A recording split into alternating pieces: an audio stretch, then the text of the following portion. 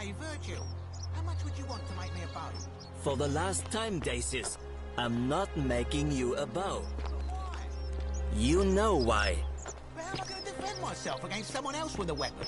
There are no other weapons in the city. We all went along with the magistrate's weapons ban, so it wouldn't be an issue. That's why I've got to get in first before someone else beats me to it.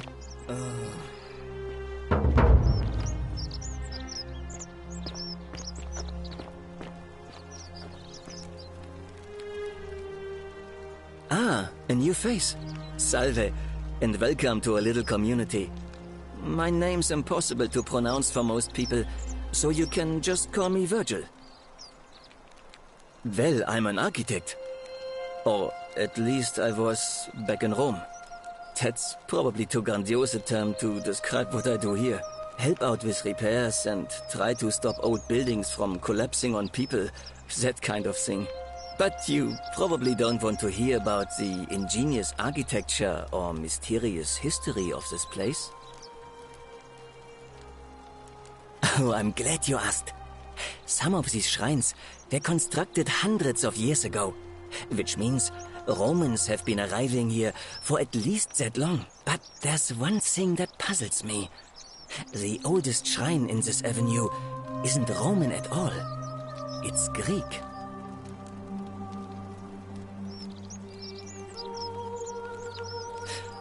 Well, yes, that could be the reason. Or it could mean that there were Greeks living and worshipping here before the Romans arrived. Which begs the interesting question, who really built this place? And could it be far older than any of us imagine? If only there was a way we could talk to the people who came here before us. The stories they could tell.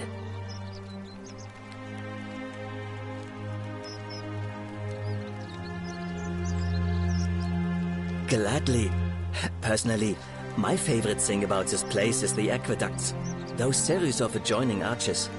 They're an ingenious feat of Roman engineering with a very practical purpose. They take fresh water coming from outside the city and distribute it all across the chasm. It's funneled below the palace and into a cistern beneath the great temple. Some of it flows down into another cistern beneath the villas, and the rest is funneled to the shrine of Proserpina, where it fills the lake, and allows us to fish and farm. Hey, not so loud. Just talking about that could anger the gods for all we know. I'm not saying it's impossible, but you'd have to find a way inside somehow. Just, please, try to be a bit more discreet about it.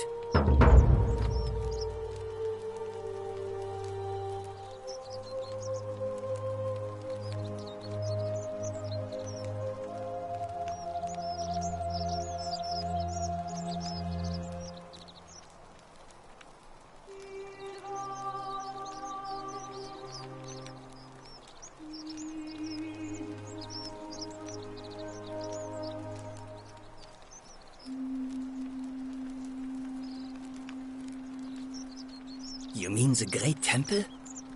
This one's a bit of a mystery. Given the way it's positioned so prominently, looking down on us, It's clear that whoever built it felt it was the most important temple in the city. Unfortunately, someone else went out of their way to keep its purpose a mystery. You see, usually a temple is dedicated to a particular god, like Proserpina or Diana or Apollo. Usually, that god is obvious. But in this case, it's unknown. There's an obelisk out the front, which probably used to bear the name of this unknown god. But it appears some barbarian defaced it. And of course we can't get inside because it's locked up tighter than the Temple of Saturn in Rome. And that contains the treasury. So we're all left wondering, which god is that temple dedicated to? And could it be the one responsible for the Golden Rule? Unless somebody figures out a way inside, I suppose we'll never know. Of course. You wouldn't believe how often the new ones ask that question. But I'd tell you the same thing I tell everyone else. There are much worse places to live out your days. You might have a few sleepless nights thinking about the Golden Rule, but once you get used to the fear, knowing that a single slip-up could cost you everything, it's not too bad. Nothing new to me, anyway.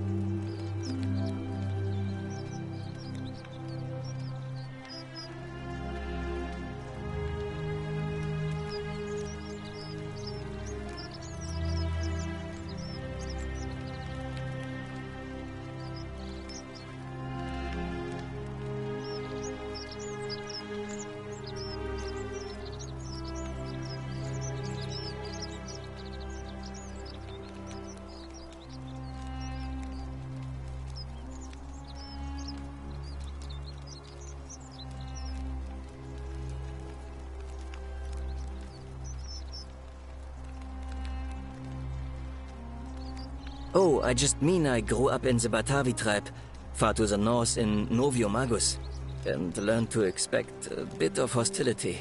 They weren't nearly as tolerant as the Romans.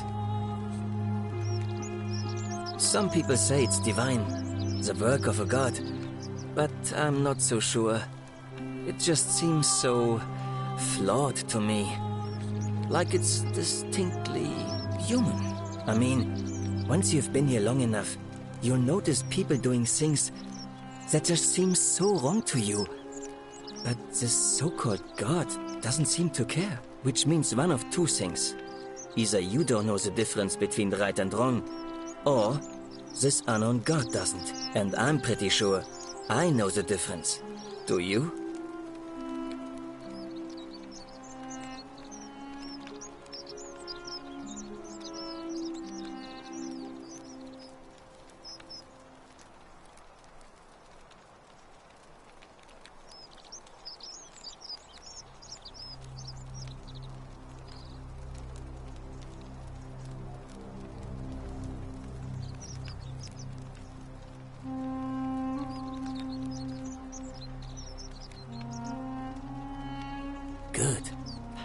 then I hope you'll agree that there are only two ways of dealing with unfair rulers.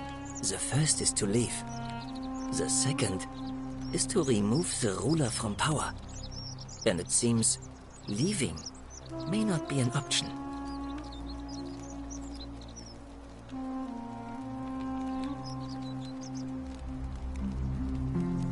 Good question. It's best if I say no more, but I hope you'll give it some thought.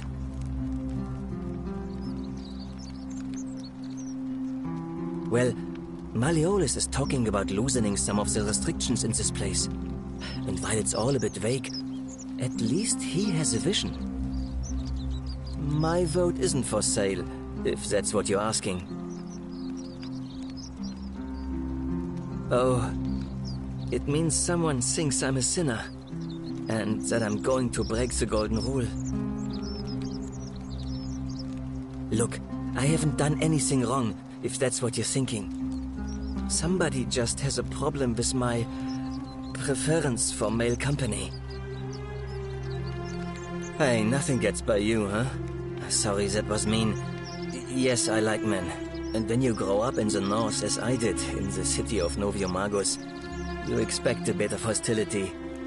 The Batavi are not known for their tolerance. I saw enough friends killed or driven away to know the cost of not keeping your personal affairs to yourself. So I hid who I was for, what was it, nearly 10 years? Watching what I said and where I looked. But that kind of fear eats away at you slowly, until living isn't any better than the thing you were afraid of. Needless to say, since I'm now living underground, halfway across the known world, with an assumed name, my openness didn't go down well among the enlightened folk of the Batavi. Nice of you to say, but not necessary. In any case, the Romans are far more accepting, and among them, I get to be who I am. Or at least, I thought that was the case. It seems I was wrong.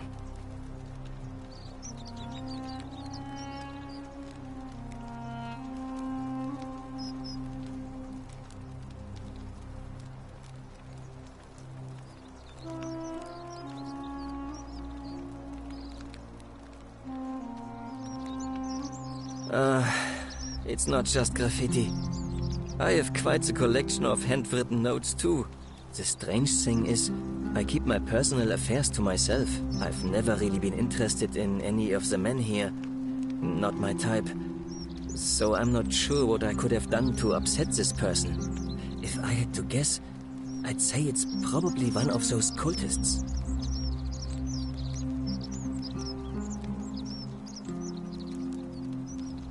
Strange bunch. They insist there's only one God, and that he considers my nature a sin. Can you believe that?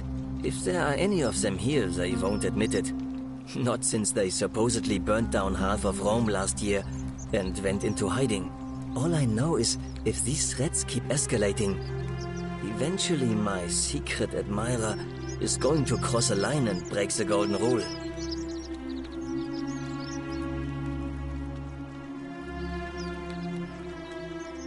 What? Really? I didn't expect that. But thanks. It's always a pleasure to meet someone so selfless.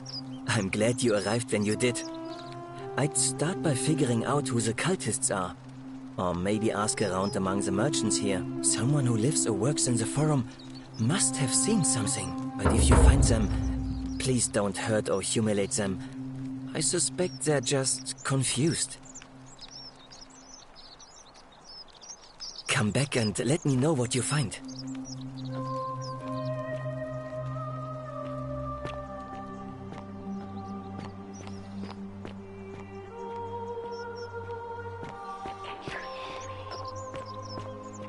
How'd you do? Salve, stranger, and welcome to our idyllic little slice of the Empire. I'm Dacius. You mean, how did I end up here? That is a lengthy tale.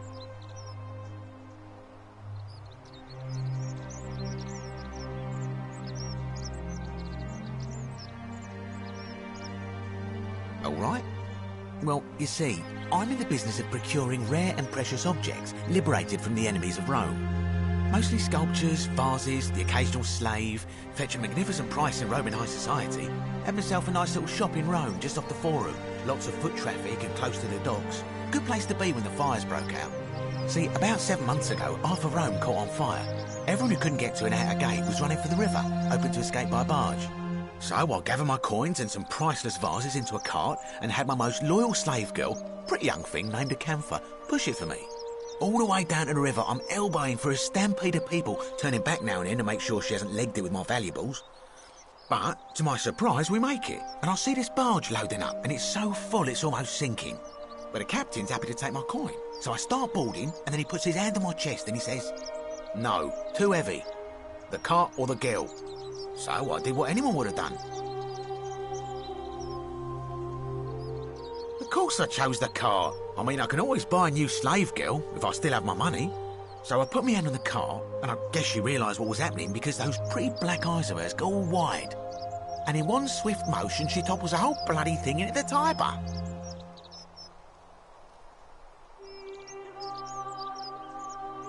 No, I dived in after it, of course. Aren't you paying attention? That was a bloody fortune. Only, I guess I must have hit my head or something, because everything went black. When I came to, I'd washed up on the riverbank, not far from here, with nothing in the world but a single silver coin.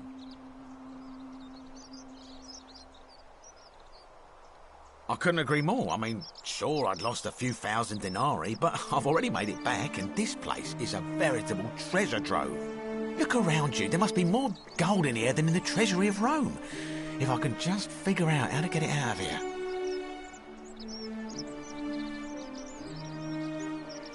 I'm afraid not. If you're desperate, I did hear that Aurelia down at the tavern claims to know of a way out, but I'm not sure I trust her. Some people here are a little shady for my liking.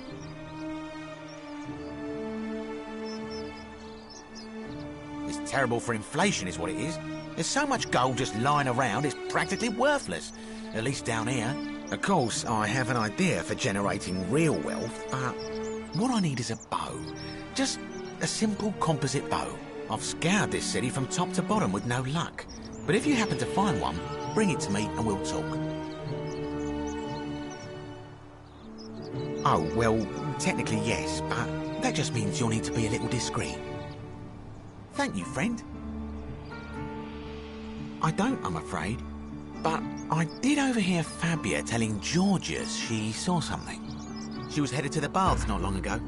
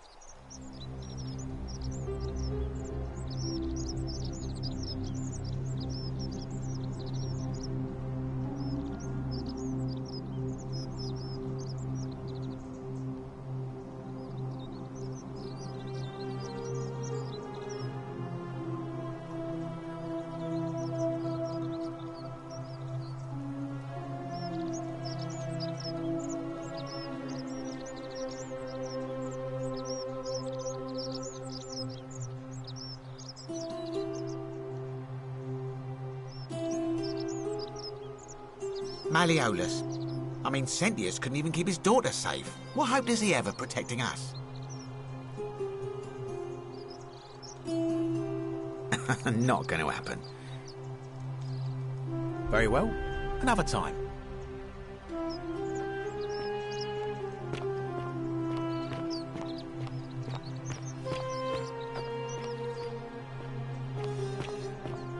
Greetings and salutations.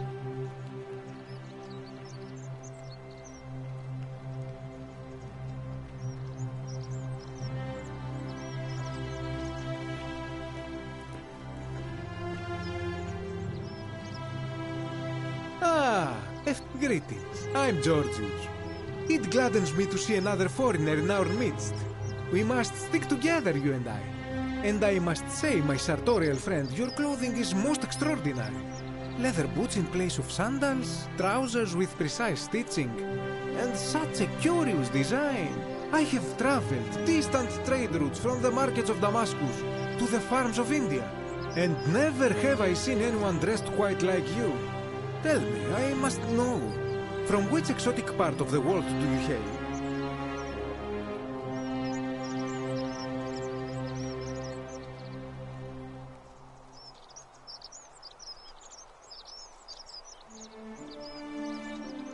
Then you are an explorer, like me.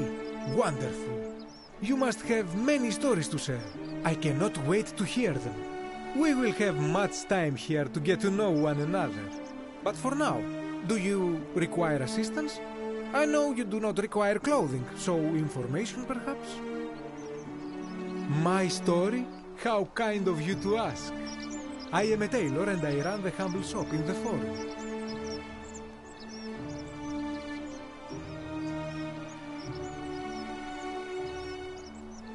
You mean to say, with all the turmoil and terror of the Golden Rule, and so few customers, why bother setting shop at all?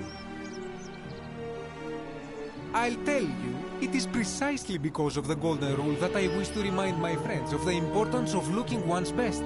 I say, the more of our customs we preserve down here, the more we can preserve a semblance of normality, the better our chances of keeping our heads. Don't you agree?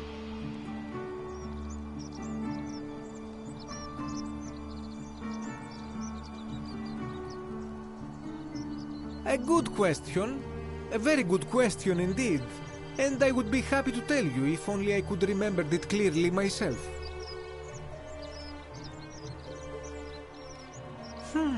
I remember I had just been to Rome to sell an extraordinary selection of wares, and drowning in coin, I decided to celebrate my success. I rented a prestigious villa by the Tiber, invited over a few select friends, and we began making our way through some of the most exquisite wine money could buy. Quite a lot of it, in fact. Now, I have had visions and awoken in strange places before. I have even found myself naked in the desert sands more than once, but none of that compares to this. This time, I remember people screaming, then falling into a void as empty as time before creation, gasping for air, and then nothing. When I regained my faculties, I was lying naked by the banks of the Tiber, gods know how many miles from my villa. Indeed. I'm lucky I was carrying a little extra weight. I believe it kept me afloat. In any case, it seems I'd been rescued and resuscitated by a benevolent stranger. I went to find firewood for his campfire, stumbled across a cave, and discovered that trapdoor temple. And here I am. Anything you like. Shh! Not so loud! What are you playing at? I must ask you to stop that at once. Have you not been told about the last attempt? Oh, then I suppose this duty falls to me. It is a long story. Aha, you are witty. I like that. Of course, the first question any of us asks when we first arrive is, how do I escape? It is only natural after all. And scaling the chasm wall is out of the question, for it is simply too steep and too far. But as they say, if the wind fails, use the oars. And here the second option is to leave the way we came in, through the shaft above the bathhouse. See, the shaft is quite high, but if one gathered up enough wood, one could make a series of ladders and climb one's way out.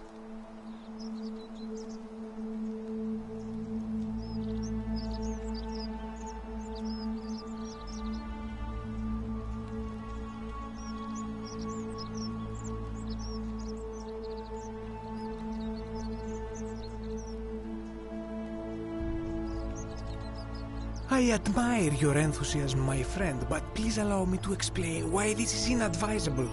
There was an attempt made by resourceful fellows who lived here some years ago.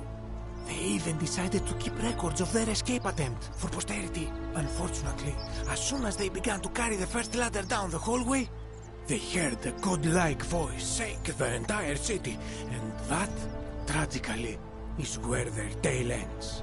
So it seems that to merely attempt escape is to invite the wrath of whichever god oversees this place, and so I say it is best to not even discuss it aloud.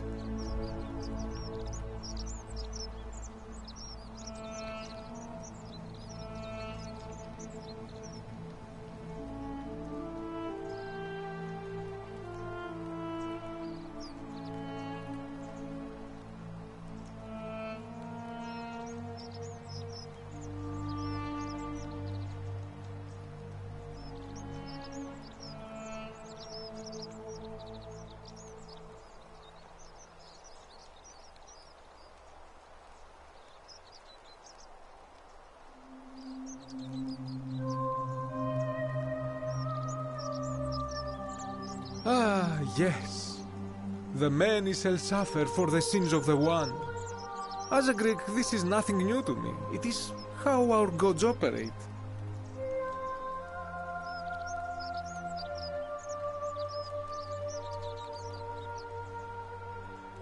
Have you not heard the tale of the god Hades? He was the first to learn this dreadful lesson when he abducted Persephone and imprisoned her in the underworld. When Demeter, the mother of Persephone, learned of this, she did not punish Hades, the guilty one. Instead, she changed the climate of Earth so that it became hot and dry. Nothing grew. The grain turned to empty husks and the rivers dried up. Innocent people died by the tens of thousands until at last the other gods were forced to act, lest they have no worshippers left. So yes, we know this rule. This has always been the case. The Golden Rule has merely brought it into focus.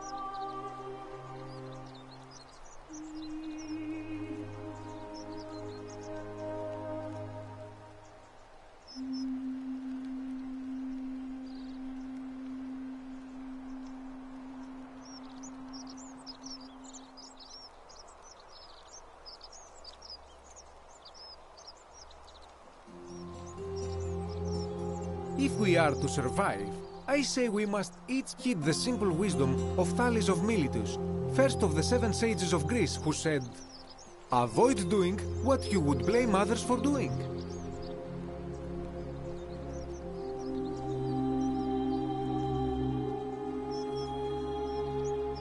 Regrettably, I think you are correct, my friend. For even if 99% of us adopt this principle, that will never be enough. Sadly, no matter how well we protect ourselves, the life's work of many good people can be undone in the blink of an eye by a single selfish act.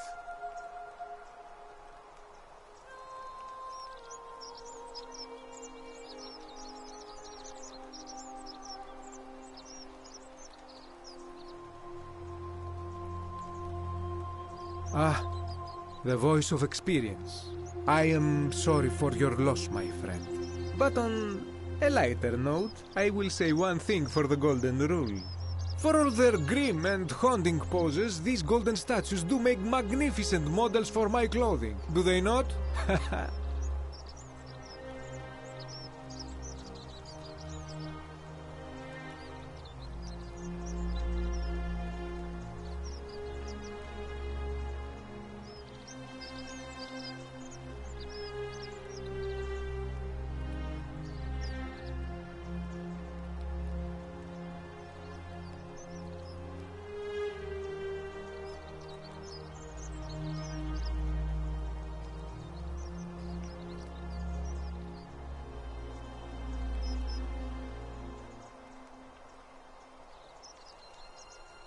That, my friend, is quite the dilemma. But after some reflection, I'm leaning toward voting for Malleolus. I do not enjoy the thought of another visit from Domitius if I voted the wrong way. Nothing comes to my mind, my friend. This is troubling, is it not? I'm afraid I have no idea. It is ridiculous, though. Virgil is a fine man. But my young friend Fabia confided in me that she saw someone leaving graffiti on his shop front last night. Perhaps you should ask her about it. I hope that our paths cross again soon, my friend.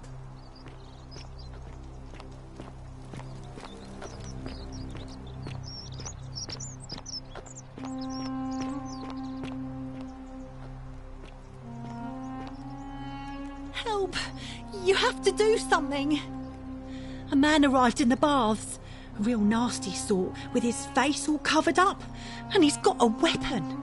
You have to do something, or he's going to break the golden rule.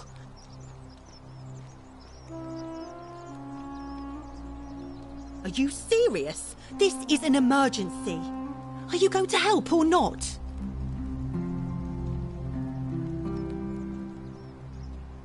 Thank you.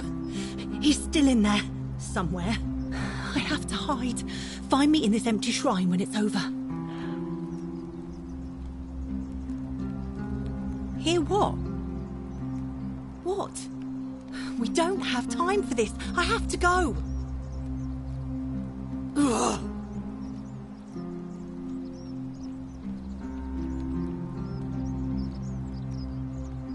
The shrine is collapsing.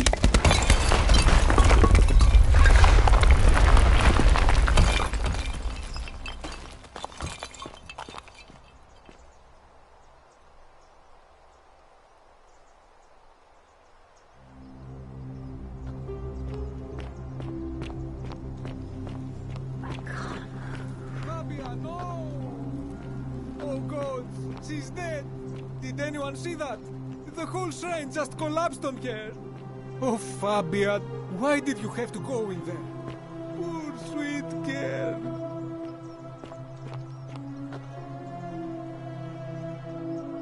I can't believe she is dead.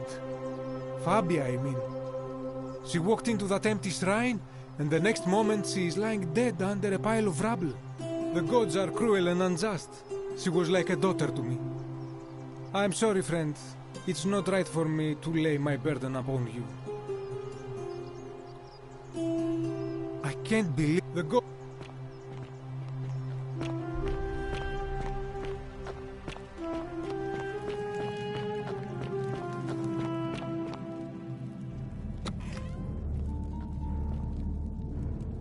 Stop right there. I'm looking for Tiberius Quinctius Crispus, otherwise known as Quinctius. Do you know where he is? I'm not sure I believe that, so allow me to explain something to you. I am here with orders from Emperor Nero himself to find and execute the cultist Quinctius for terrible crimes against the Empire. So, if you tell me the truth, I will allow you to live. But if you lie to me or otherwise obstruct the Emperor's business in any way, I will put this arrow through your chest. Is that understood? You are not off to a good start. When I ask you... I would choose my next words more carefully if I were you. Is that understood? Then you're of no use to me. Do you have any last words?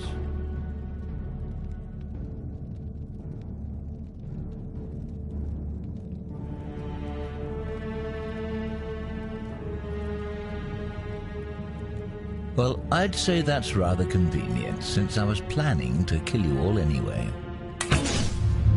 The many shall suffer for the sins of the one.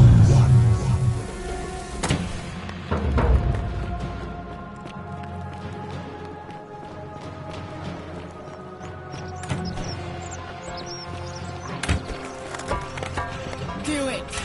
Kill me!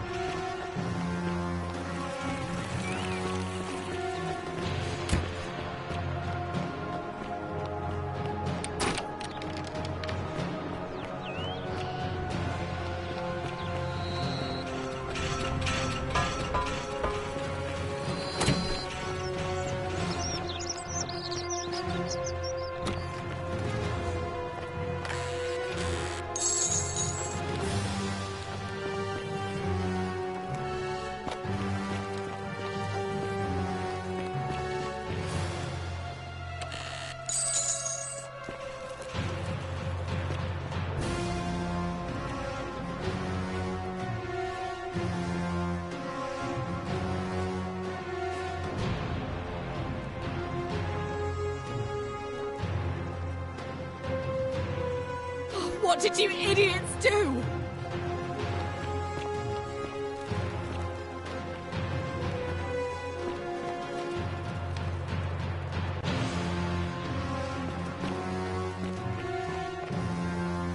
The statues! They're alive!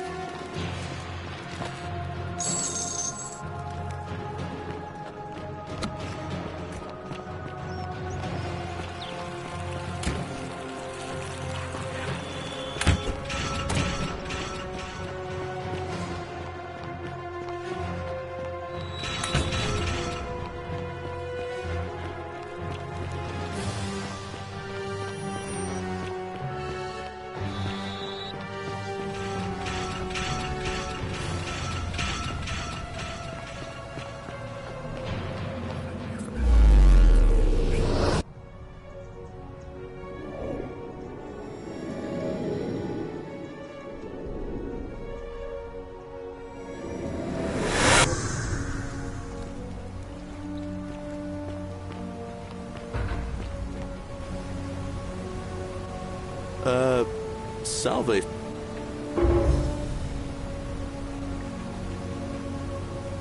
Oh.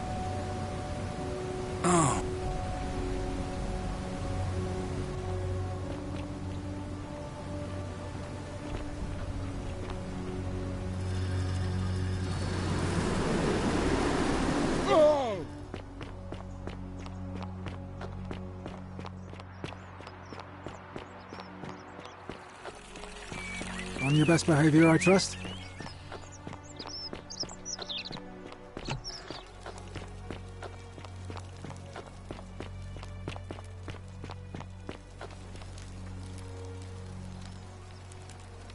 We're finally alone.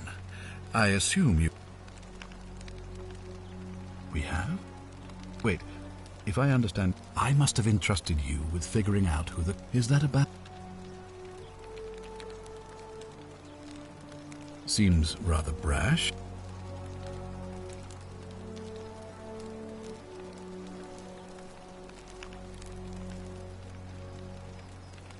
Of course. Why it look? Of course. Yeah. What? Then what are you doing here talking to me?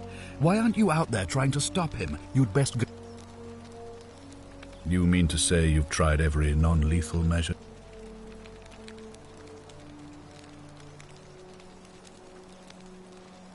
Well then. Good.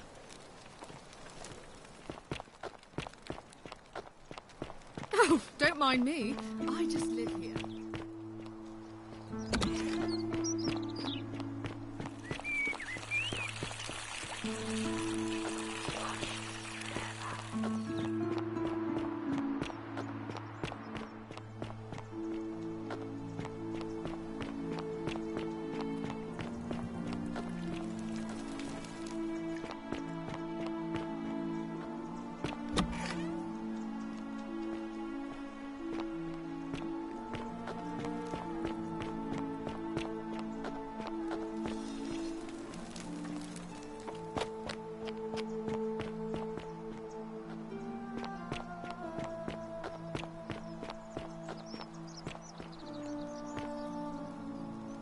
Help!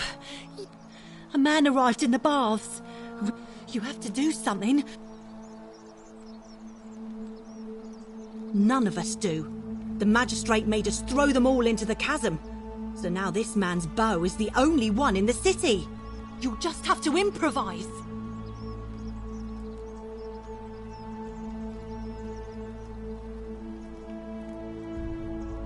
Thank you. What? Why? All right, fine. Come and find me in my bakery instead. Please be careful.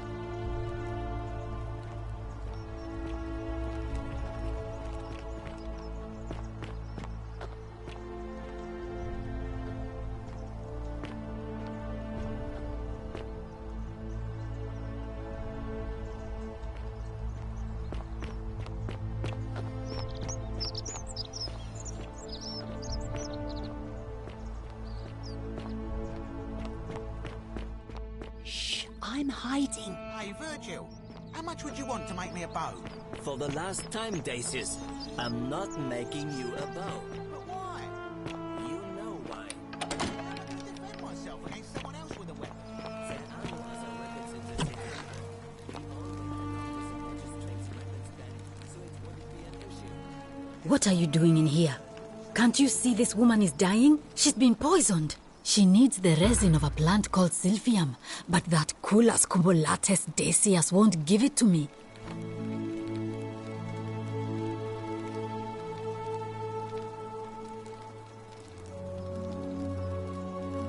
It's too late. She just slipped away. No, now it's fine. I can't afford to wallow here, and I need the distraction. What's on your mind? She was poisoned. She came in here frothing at the mouth. Normally I'd treat her with resin of Silphium, a rare plant which is perfect for this sort of thing. And I knew Dacius had some at his market stall, right around the corner. So I ran over there, but he just looks at me with this evil smile and says, "That'll be 1,000 denarii." There was no way I could afford that, and he knew it. Then that toad shrugs and says, "Supply and demand. I guess you don't value your friend's life that highly." Anywhere else, I'd just pay a thug to steal it from his stall, but there's no way I can do that down here with the golden rule. So all I could do is come back here and just watch her die. I kept on apologizing. And now I'll never know who poisoned her, or how they managed to do it without breaking the golden rule, or why she cursed that snake's cruel black eyes with her dying breath. Well, unless you have the power to bring someone back from the dead, there's really just one thing you can do. Get me that Silphium resin. I'm going to have another patient in here soon. Could be in the next day, or in the next hour. And I will not allow this to happen again. I don't care how you get it, but you have to make it happen. Because if I lose another patient this way, I swear to the gods below, not even the Golden Rule will stop me from marching up to that Genetri Kamfututo and scratching his eyes out.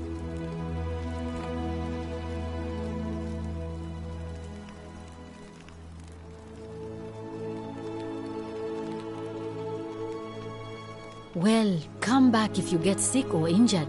Day or night, I'll do what I can.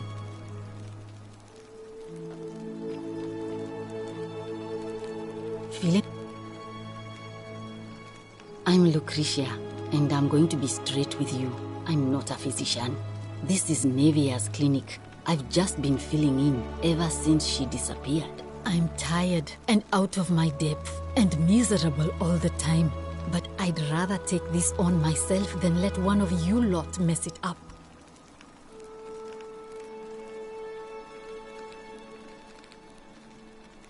My husband and I moved to Rome from Caesarea. He embraced the Roman way more than I would have liked and turned into an awful philanderer. I would have divorced him and demanded the return of my dowry, but I knew he would sooner have me killed than give me my right.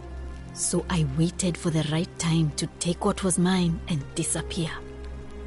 And then the fires came. As he prepared to evacuate our villa, I gathered our most precious belongings, coins and gemstones, and the moment his back was turned, I ran. I could barely see for the smoke, and the streets were full of people trampling each other.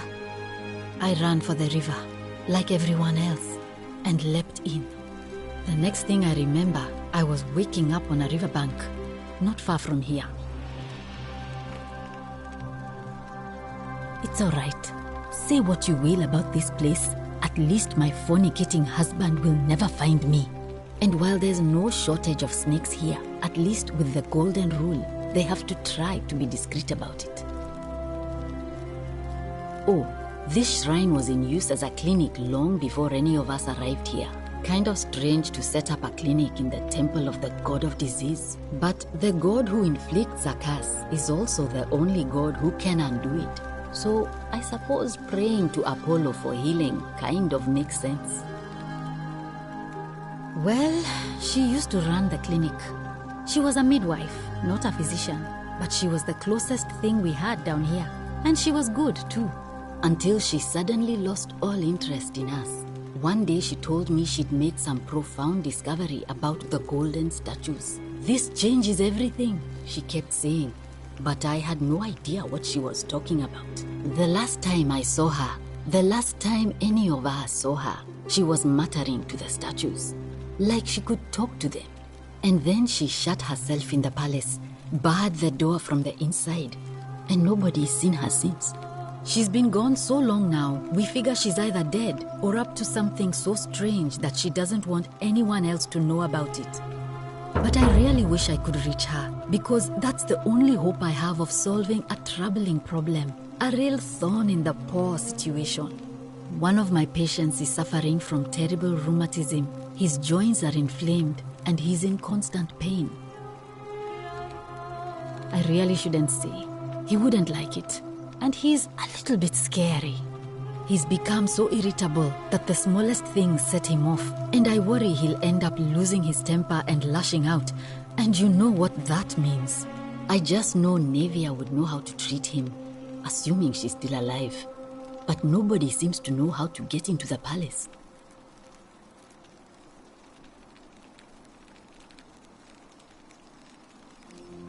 Thanks, I suppose.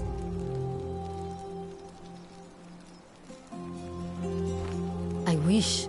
Some people here need proper medical care, not the half-baked, hanging by a thread excuse for treatment I'm giving them. Just don't get sick or injured here. I'll do my best to treat you, but I'm out of my depth and dangerously short on everything you can imagine. A city without sin might sound good on paper, but whoever dreamt it up didn't think it through. Maybe it was an attempt to create some kind of utopia. But snakes like Decius will always find loopholes to exploit. And what can we do about it? Absolutely nothing. In some ways, we are worse off because we can't take the law into our own hands. Oh no. Sorry, I don't mean to worry you, but no, that is definitely not normal. There was one other person who claimed she could hear the statues talking to her. But that was Nevia, and she went a little mad. Well, she until this the and then she but at one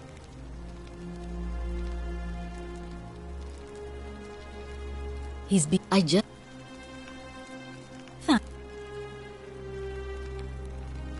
Sure. What do you want to know? Hemlock, I believe. Do you really want to know? I mean, if somebody poisoned her, then surely they would have broken the golden rule, and so maybe it's best we don't discuss it. I haven't seen her in months. She's not allowed to leave Malleolus' villa, and they are quite secretive. Gladly. Well,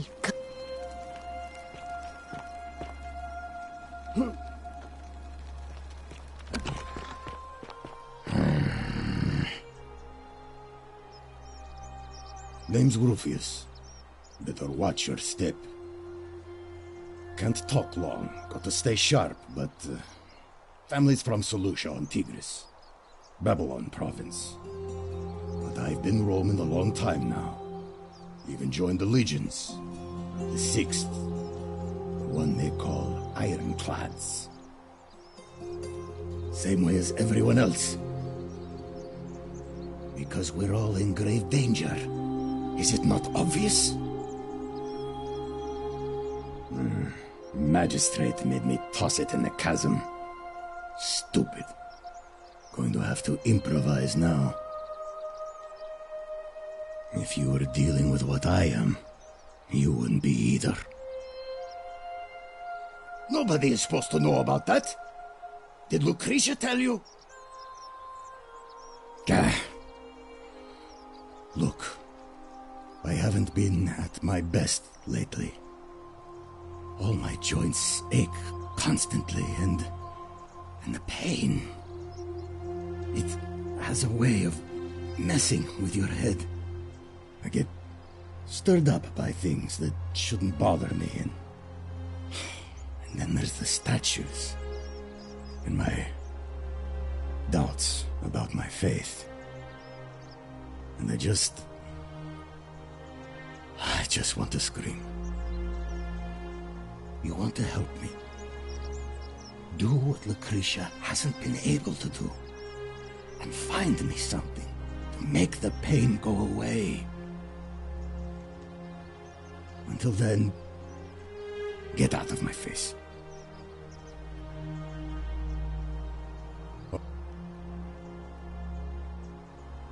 If I did, do you think we'd be having this conversation? I'll tell you this much. I hate the fact that my survival depends on the common sense of other people. Ah, then you know what I'm talking about. I mean, all these people just bumble along like nothing's wrong, while we're one bad decision away from being wiped out.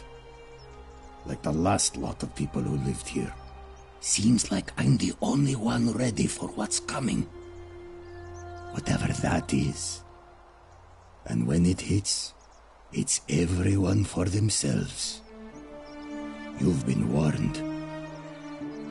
I don't know.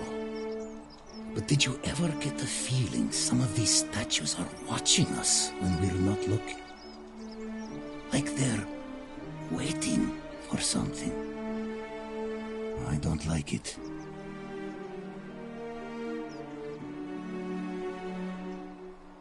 Of course I am. Malleolus. Not sure I trust Sentius. Couldn't even protect his daughter in a city without sin. How's he going to protect us? No. What about? What?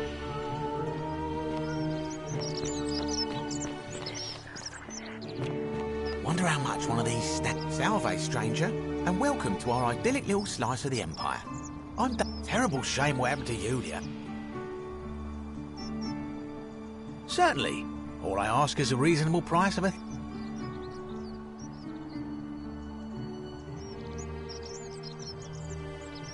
That's hardly my concern. But if you get a job, work hard and save your coins, you should be able to afford it within, say, 5 years?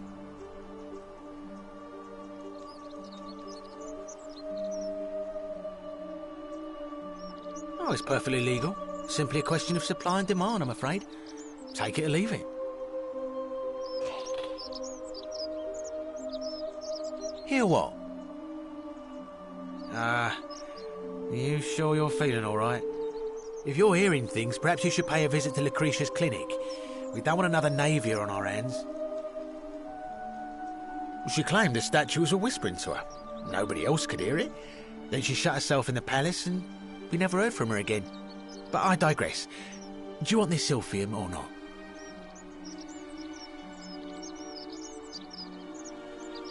Well, if you did that, you'd break the golden rule, and we'd share the same fate as the last lot.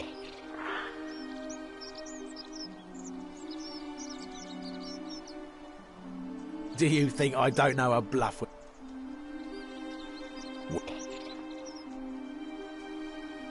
Don't you dare.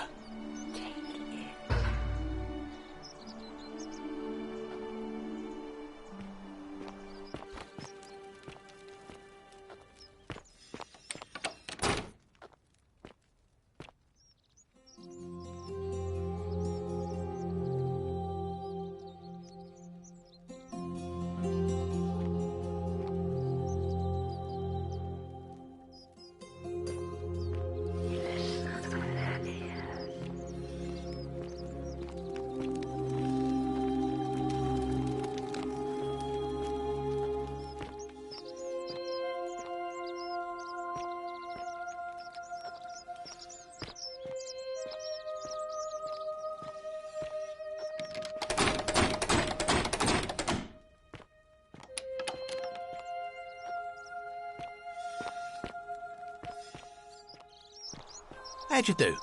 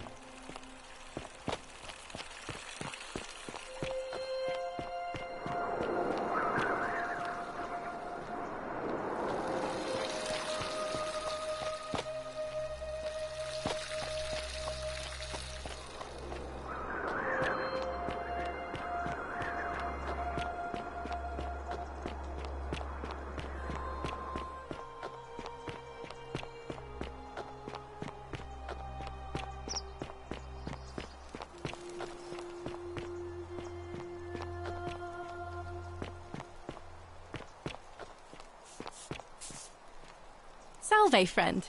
I'm Octavia. Welcome to life under the Golden Rule. It's a ghastly thing, is it not? How are you faring so far? That's good, in a sense. If you're not on edge, you've not been paying attention. But on the bright side, once you've been here a few months, it's slightly less terrifying anyway. We've all been where you are now. I remember when I first arrived. I used to lay awake at night contemplating the big questions. Why am I here? Is there a way out? What is the Golden Rule, and who or what is responsible for it? I still don't have any of the answers, I'm afraid. I don't think anybody does. But I'm happy to share with you what I've learned. Here, in this place, the magistrate has me earning my keep by cleaning and pruning the gardens. It's not quite how I expected my life to go. I used to live in a lovely villa on the banks of the Tiber. I was even betrothed to a handsome young man from a prominent family. But long hours of menial labour for the good of the community has its own charms too, I suppose. Oh, much the same way as many of the others.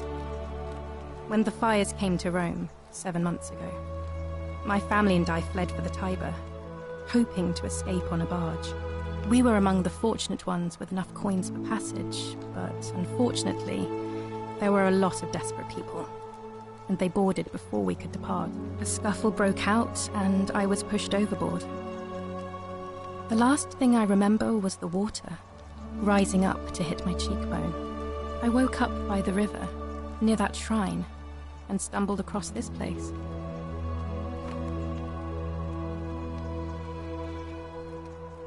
Oh, that's all right.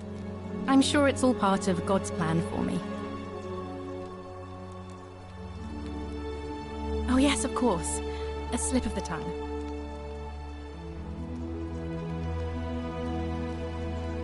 If you like. I'm afraid not. Although, I did once hear someone gossiping down at Aurelia's tavern about a possible way out.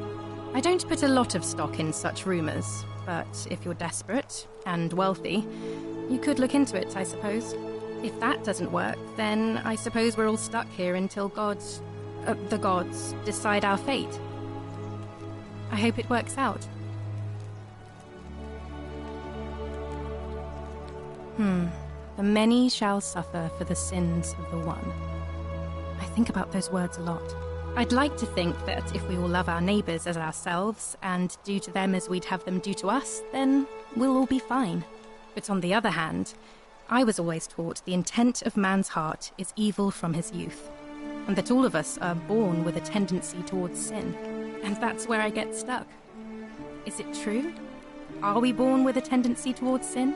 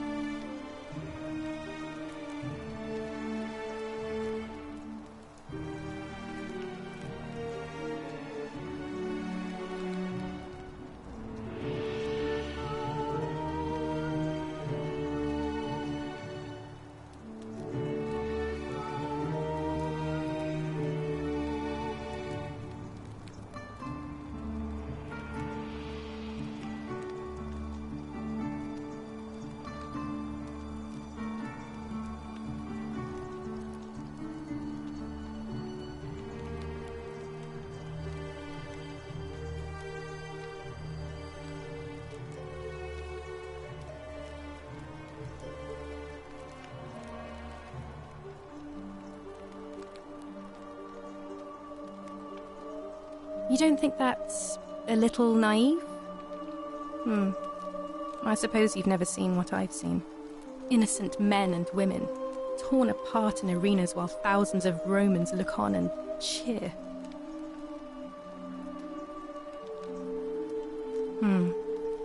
I wish I shared your faith.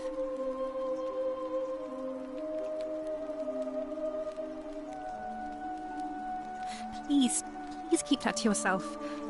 I know you're not from around here, but things are very difficult for us right now. There was a terrible fire in Rome last year, and our emperor decided to make us his scapegoats. There were executions. It was horrible. Oh, thank you. You have no idea how much I appreciate that. All right, well, it was lovely to meet you. I look forward to getting to know you better over the coming months. And if you ever... I can't believe this is how it ends. Oh, no. No. No. Ulpius, what are you doing? Get back from there. If you lose your balance, you'll fall. That's the idea. What? Why? Why would you want that? Why do you think I'm stuck for the rest of my life working for a man who treats me like an animal? I know things are hard for you right now. They're hard for all of us. We're all in this together, Ulpius. Please just think this through. If you do this, it could be the sin that seals all of our fates. Is that what you want? I'm sorry, but I just don't care anymore. Please, Ulpius. Help him. If he goes through with it, it could be the end for us all. I don't know what to do. I've never had to deal with this sort of thing. Please, you need to talk to him. Thank you. And please, choose your words carefully.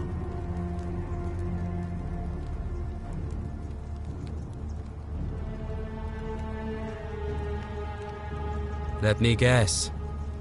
You're going to lecture me on how suicide is a crime against the Empire.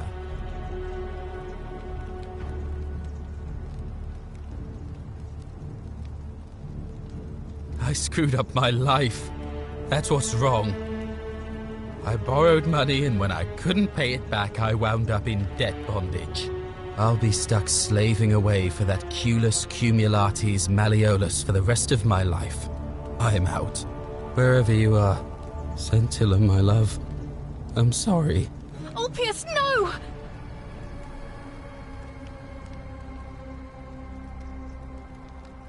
I can't believe he went through with it. Oh Lord, that poor lamb.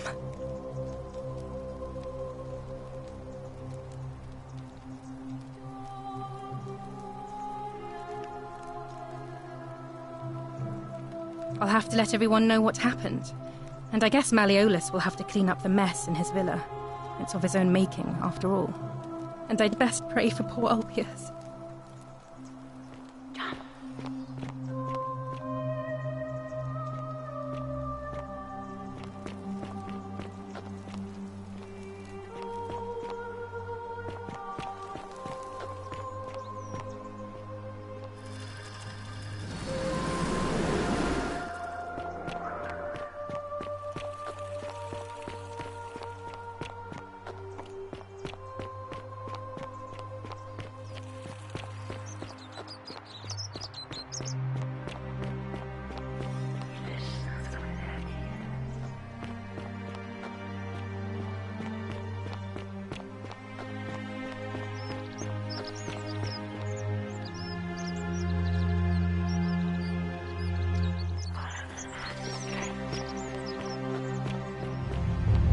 The many shall suffer for the sins of the one.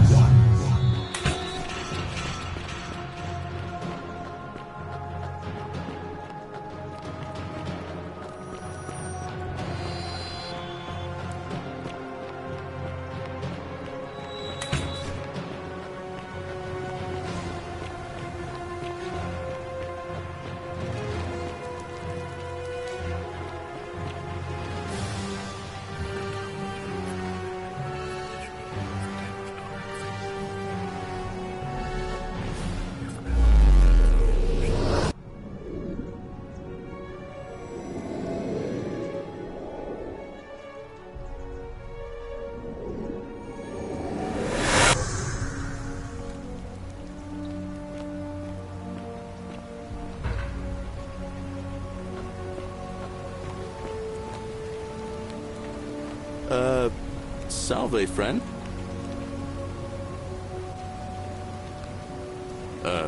What? I'm speaking Latin. Oh, I see what you did there. Changing the subject like that. Nah.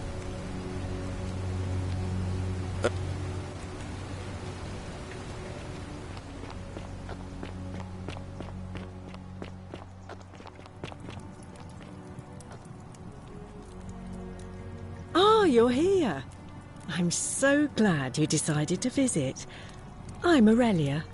And I hope I'm not being too forward, but the moment I laid eyes on you, I was intrigued. There's a light in your eyes I've never seen before. A certain learning and sophistication.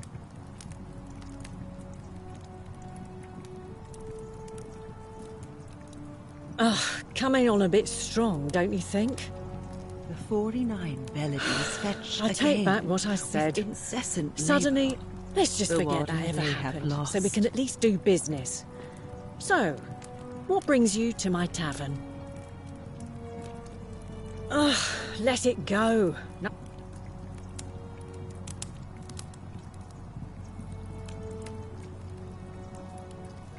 You know, normally I'd expect you to buy me a drink before asking if I want to get out of here.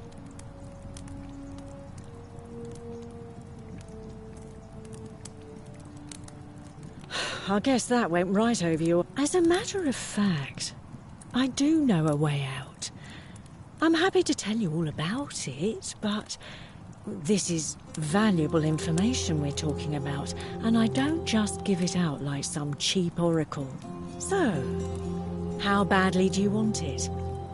Is it worth, say, 1,000 denarii to you? Simple. It's a one-way trip, and I'm not ready to go just yet. I like my life here. One day, maybe, but not now. I think of it this way. I have something of value, and I'm willing to share it for a price. That's not unethical. That's just good business. Now, do you want it or not? If I took your money without giving you what I promised, I'd be breaking the golden rule, wouldn't I? And I have no interest in doing that. Well, I can't tell you too much, or you'd figure it out for yourself. But I promise you, you'll never have to spend another hour in this city ever again.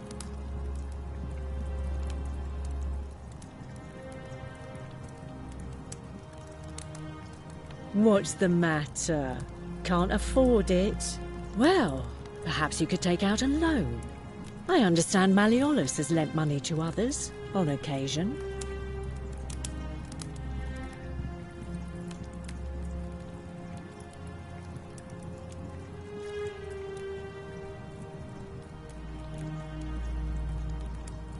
I just try not to think about it.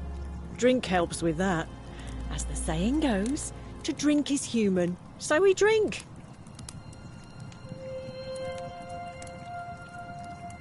Certainly, for 10 denarii.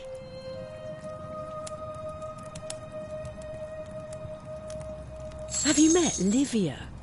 She used to do my hair, until one day she just snapped. This place has that effect on people. Now, she just stands around, caked in filth, muttering nonsense to herself. It's a real shame. Now I have to do my own hair.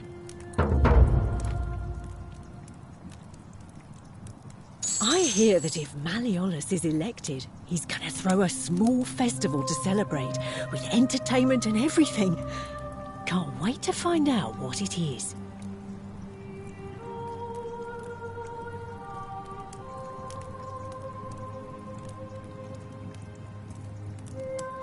There used to be a midwife here, Naevia.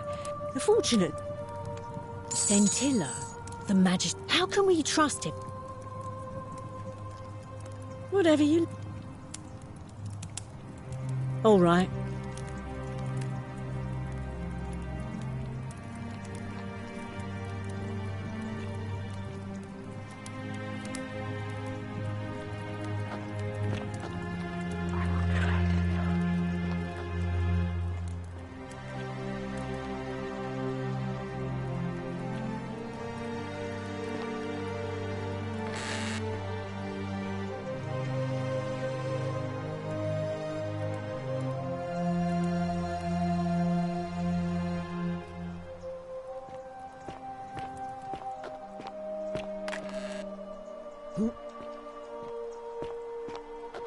Cerberus lifts his triple head and lets out his threefold braying.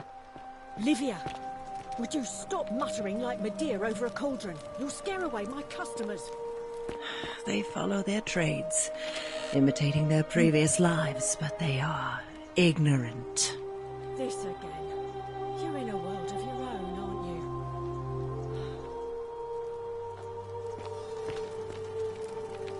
Just as the ocean accepts the rivers of all the world, so this place accepts all the souls. But it does not notice the crowds that come. The bloodless shadows wander without flesh or bone. Some crowd the Forum, some the house of the ruler of the depths. Others follow. There is only a downward path, gloomy with fatal yew trees. It leads through dumb silence. Help me. You can. It is better for you if you remain ignorant. The bloodless shadow. Help. It is.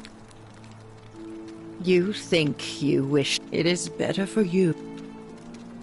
The new.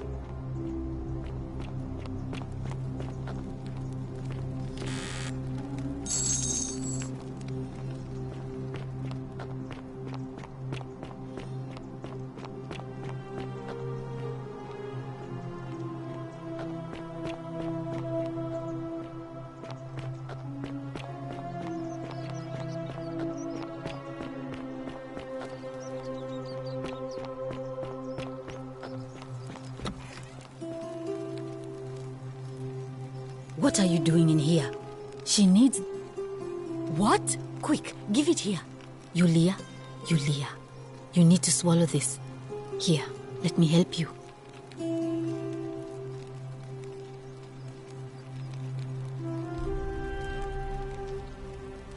Hopefully, in a moment, she should be able to breathe normally. That was extraordinary. How did you know she needed this exact thing, and at this exact moment? Are you some kind of oracle?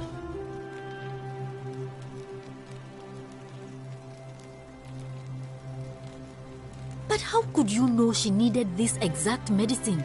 And how did you even get it? I guess it doesn't matter. You just saved a person's life, and you should be proud of yourself. She might even be able to thank you herself in a few moments. And maybe she can tell us who poisoned her, and who she meant when she was muttering about that snake's cruel black eyes. In the meantime, I'm happy to help you with whatever it is you need.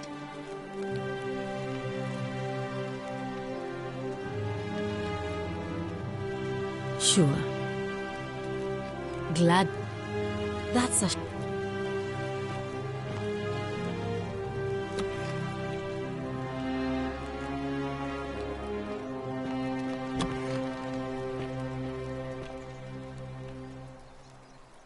Feeling all right?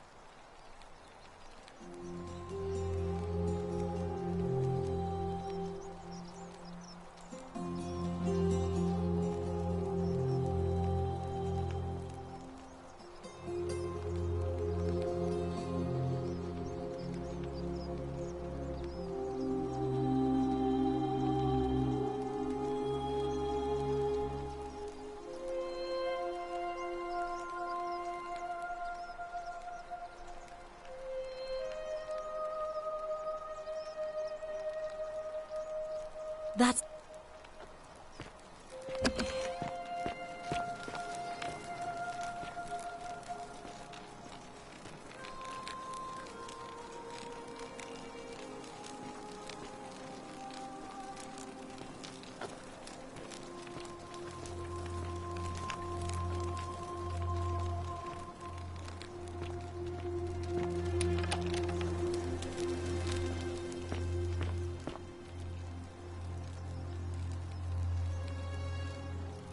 Oh, it's you.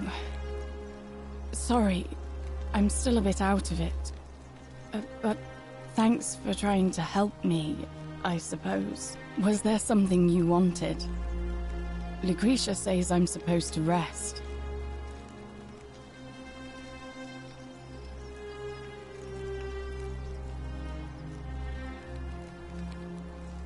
As much as I'm grateful that you tried to help me, it's just not safe for me to talk about it.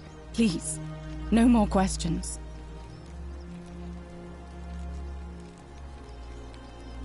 The Golden Rule. That's the least of my worries.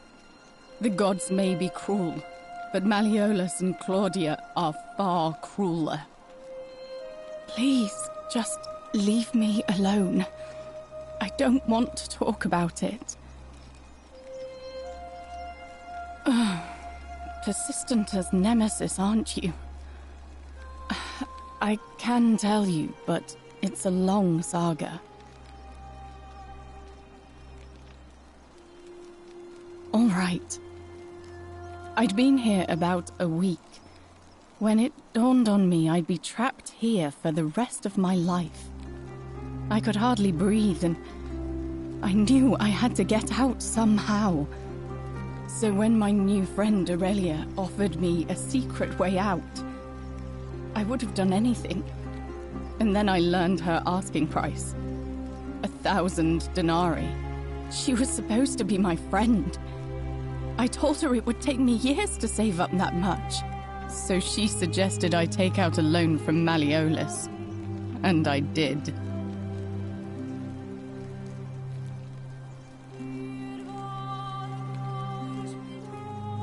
I'm not proud of it, but yes, I was surprised he agreed to it, to be honest. But I was so happy to have the money I didn't question it. I had to sign an agreement, saying I'd work off the debt over 30 years. But I figured I'd be out of here so soon it wouldn't matter. I paid Aurelia, and she gave me her so-called way out. Do you want to know what it was? Hemlock.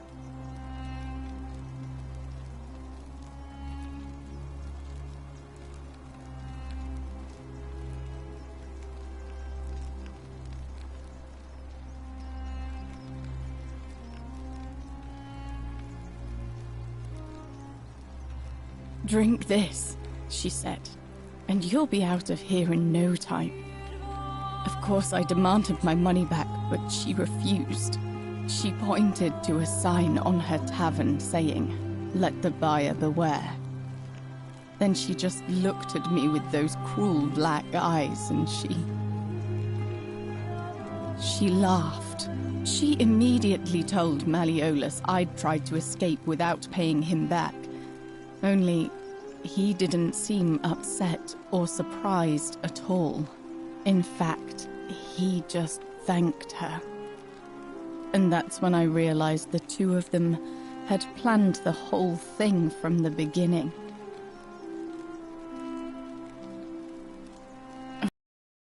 I went to Sentius and begged for help, but he said the law was clear. I'd signed over my labor for 30 years and there was nothing he could do. I thought about resisting too. But Malleolus said if I didn't submit, I'd break the Golden Rule. And I couldn't be responsible for all those deaths, so he locked me in his villa.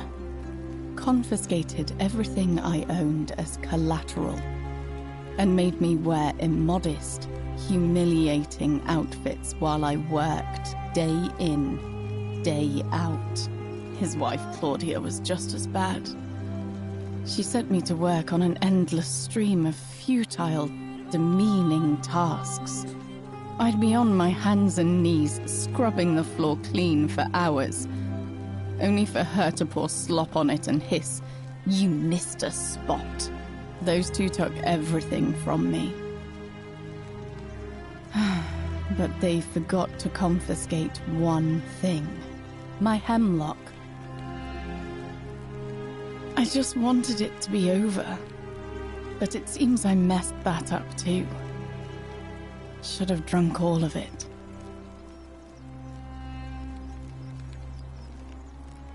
I brought it on myself. I trusted one of the most callous human beings I've ever met, and tried to swindle the other. I don't know how I could have been so stupid.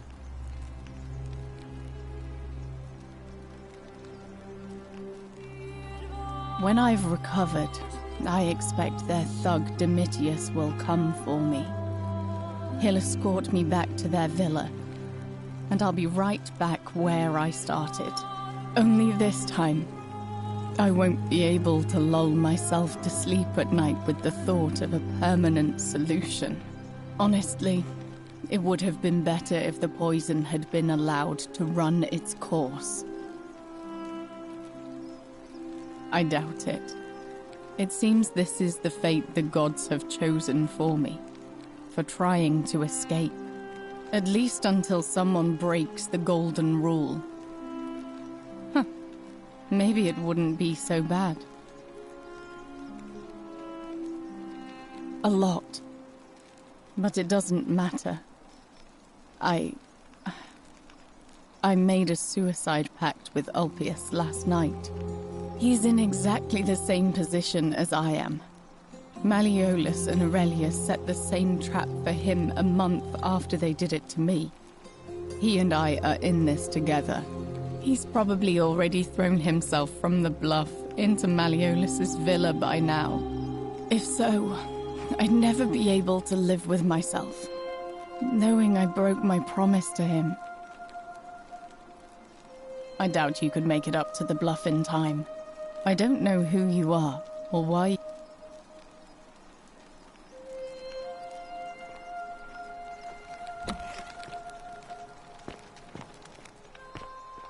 May Apollo keep you safe.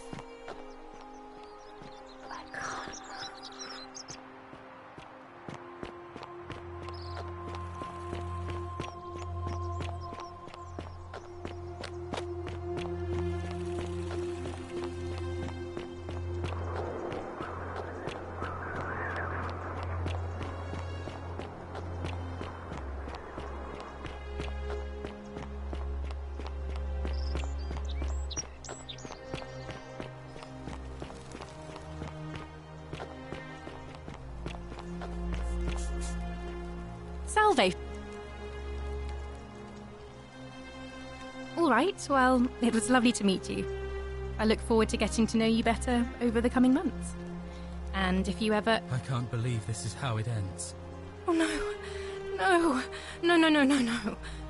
Ulpius, what are you doing? Get back from there. If you lose your balance, you'll fall. That's the idea. What? Why? Why would you want that? Why do you think I'm stuck for the rest of my life working for a man who treats me like an animal? I know things are hard for you right now. They're hard for all of us. We're all in this together, Ulpius. Please just think this through. If you do this, it could be the sin that seals all of our fates. Is that what you want? I'm sorry, but I just don't care anymore. Please, Ulpius. Help him.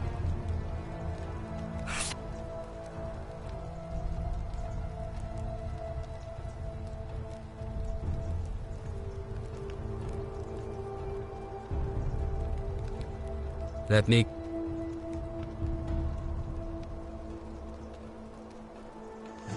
You know about that? How is that possible? I mean, I've never mentioned it to anyone.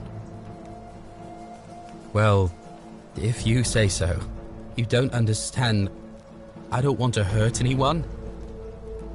I just want it all to be over. It's too late for that. Yulia and I made a pact, and she's already swallowed hemlock this morning. If I backed out now, I'd be betraying her. I can't do that.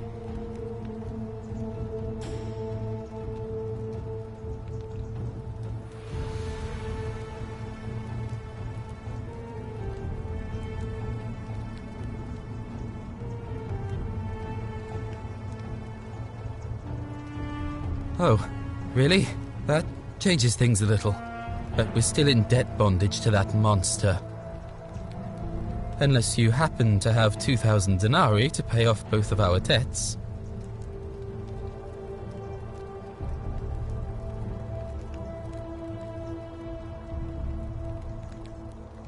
No. I'm out. Wherever you are. Scintilla, my love. I'm sorry. Ulpius, no!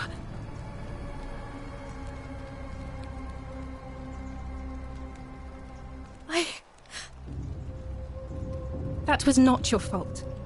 There's no way you could... Well, I suppose it means suicide isn't a sin under the Golden Rule. So I guess that means whichever god is responsible for it. It isn't mine. I'll have... and I...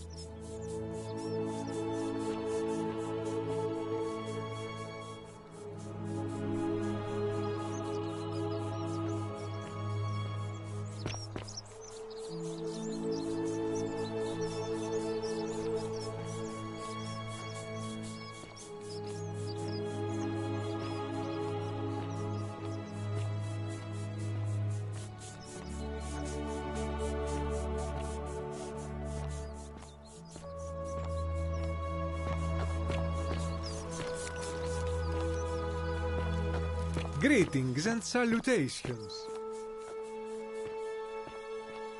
This part of my shop is off limits, even for you, my sartorial friend.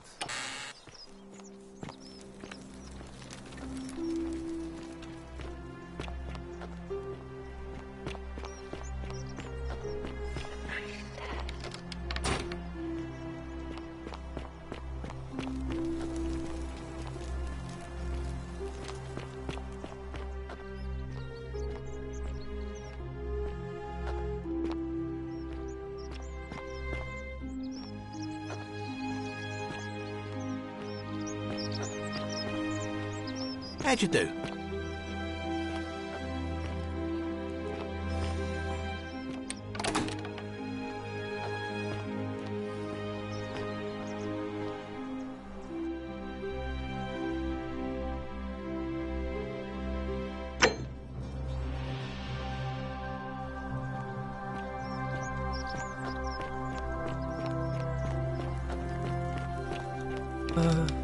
Hello? Hello? My name's Dooley. I live here now because I got in trouble and they said they had to lock me up. I don't know. I don't remember things so good. I think it's just because I was looking for treasure.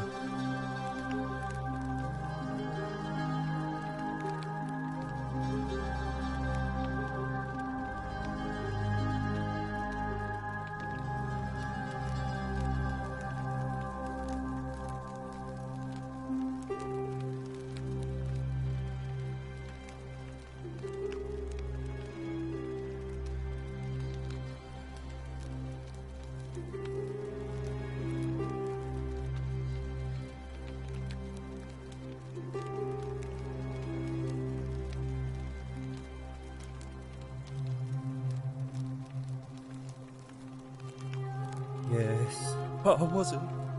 I was just looking. They said I did it more than once, but I can't remember things so good. Then they called me mean names.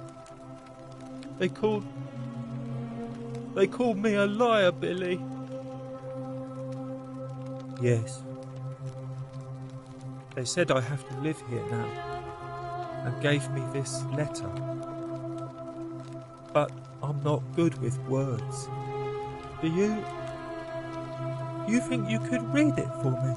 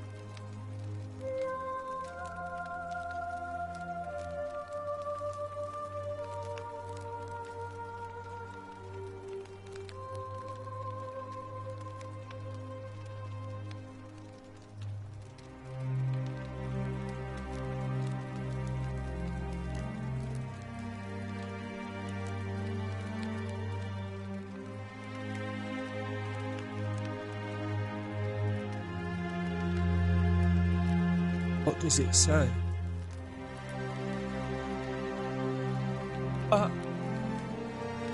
My treasure!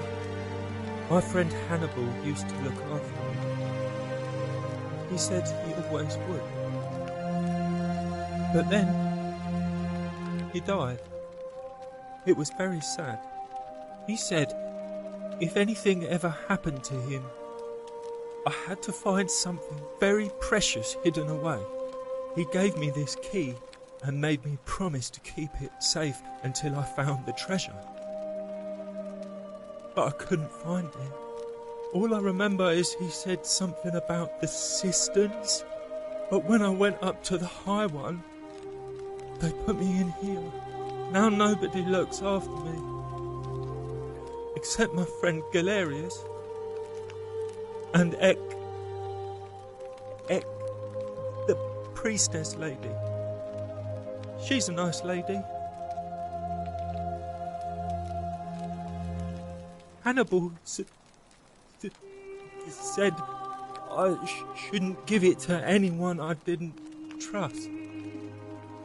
But maybe you could help me get out of here. Then I would trust you a lot. Fortune smile on you, brother.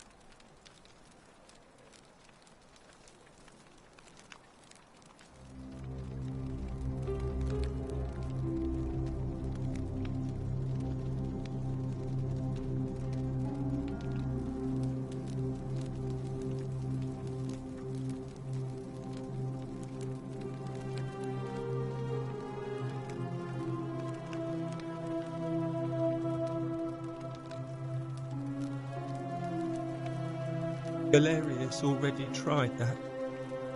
He said the magistrate wouldn't listen, no matter what.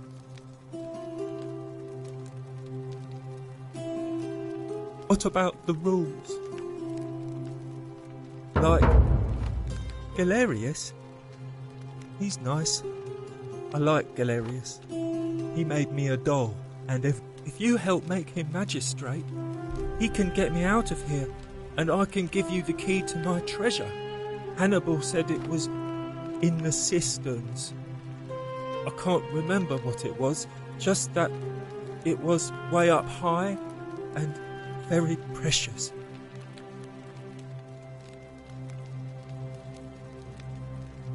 You're going to let me out of here? Galer...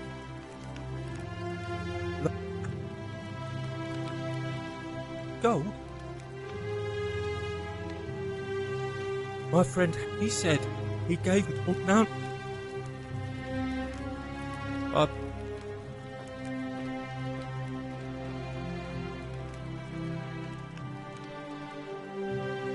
It's you now. I've bounced the idea around once or twice, mainly as a way of getting Dooley set free. God knows Sentius is never going to do it. But from what I hear, Malleolus has the election stitched up. Nobody's going to take him on and win. And maybe that's not such a bad thing. I mean, he talks a lot about freedom, so I'm hoping if he's elected, he'll release Dooley from his cell. And that's good enough for me.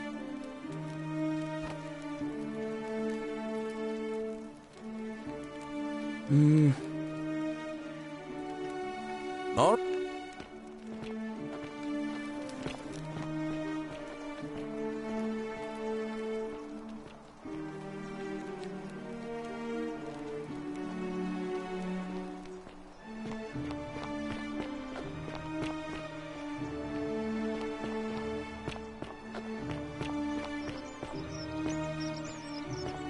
Salve.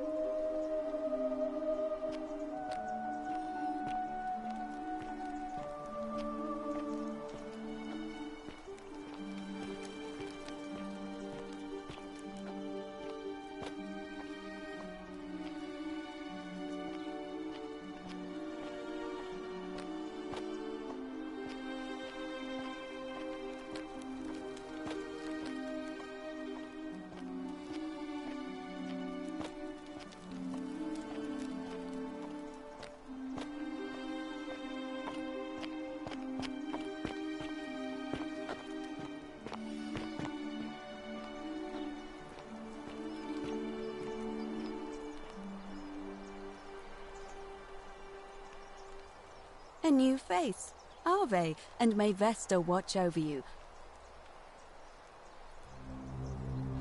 Interesting. I'm not sure why you're telling me. Yes, I understand many of our friends were carried here by a river current. What else?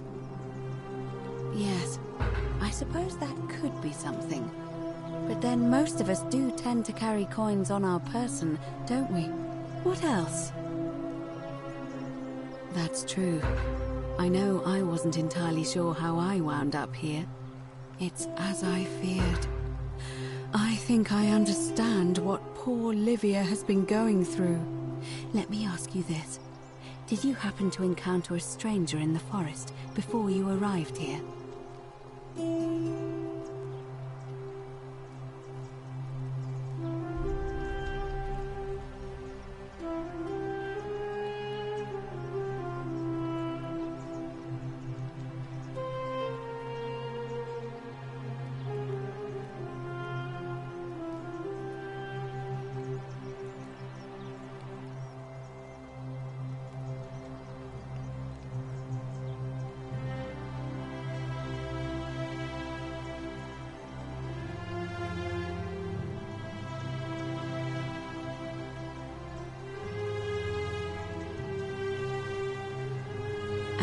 Did you happen to catch her name? I see. And because I've seen her before, there's something I think you should see. I think you'd better follow me to the baths. What?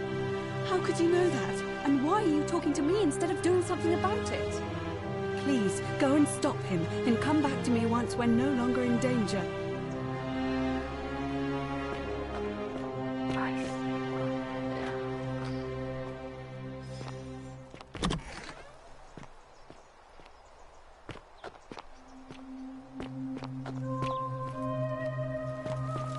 Hey, you're not thinking about going into the cistern, are you? Good. You be... Nobody's told you about Hannibal? So, there was this guy called Hannibal, right? Funny accent. One day, a few weeks back, he comes out, said he could hear spirits wailing. Anyway, a few days later, so I go down after him, and hunched over him was something that made a creature.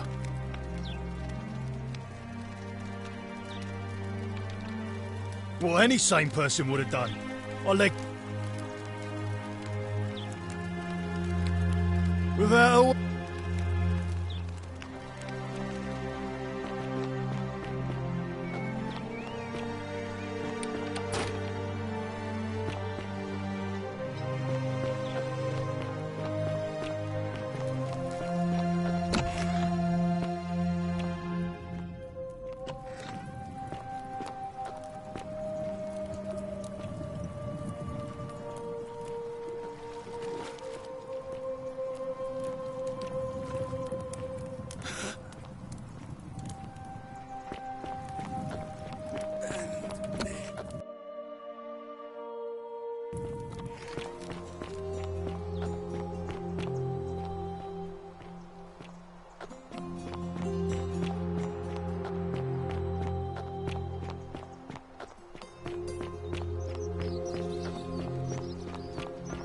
Make sure you stay away from that empty shrine. It's going to collapse at any moment.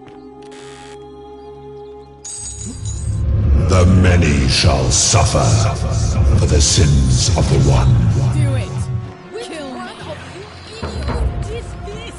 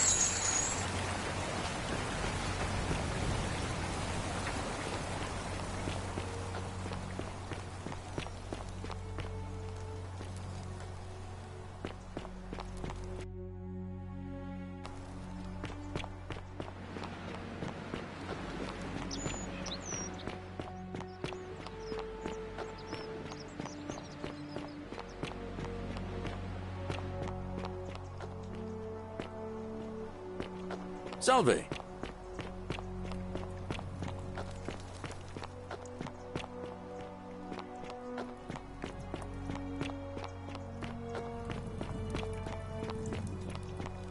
Cerberus lifts his triple head and lets out his threefold braying. Livia, would you stop muttering like Medea over a cauldron? You'll scare away my customers. They follow their trades, imitating their previous lives, but they are ignorant.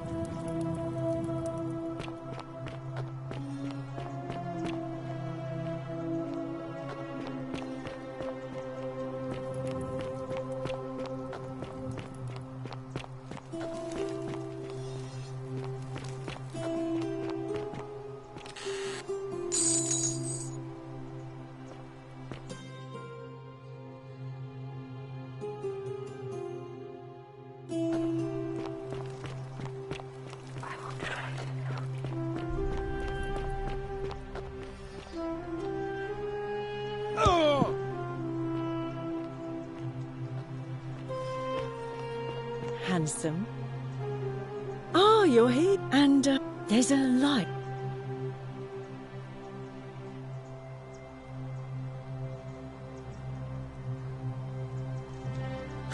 How dare you stay away from my money!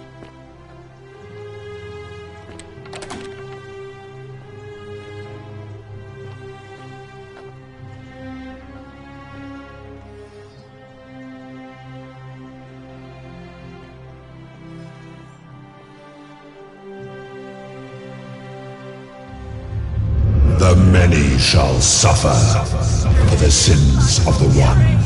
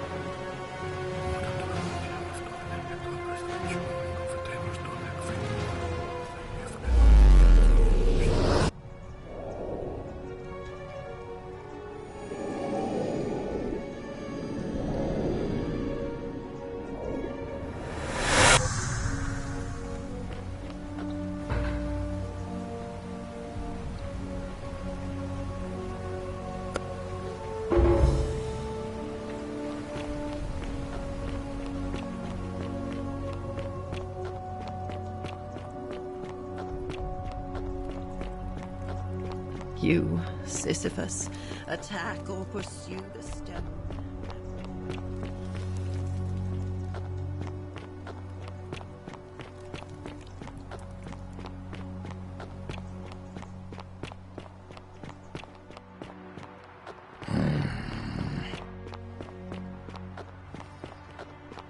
Ah, a fellow traveler from a faraway land. Wonder how much one of these statues is worth on the outside.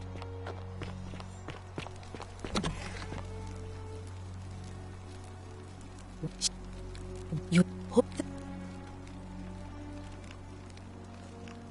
look, if you don't want, that was like the god you just saved up and me in the me. That.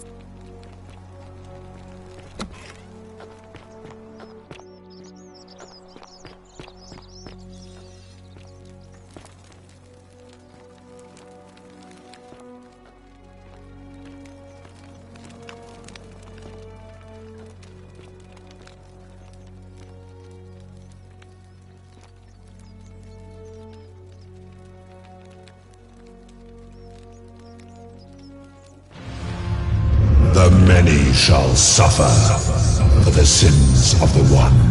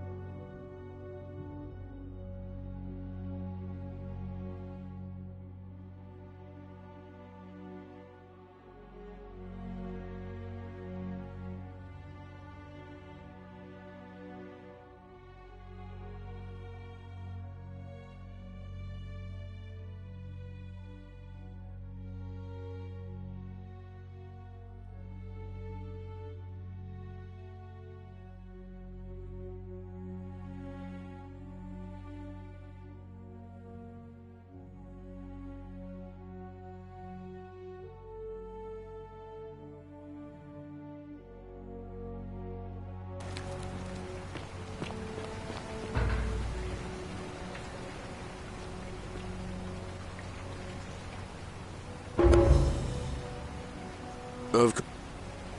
Oh.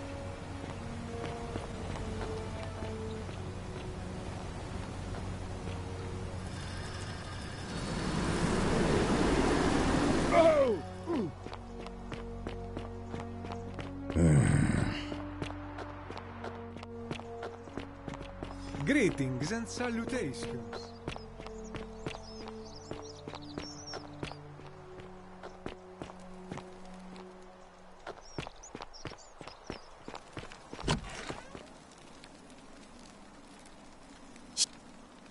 You hope a what?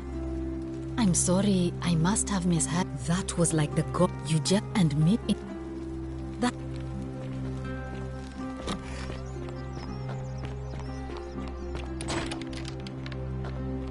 Greetings and salutations.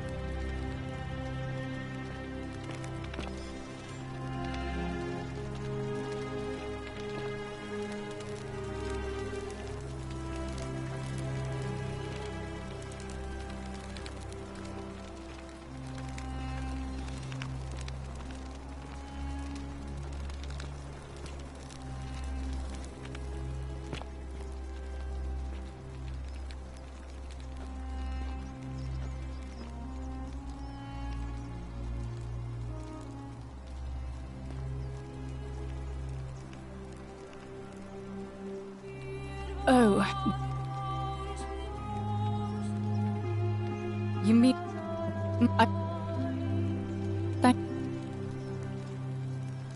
If...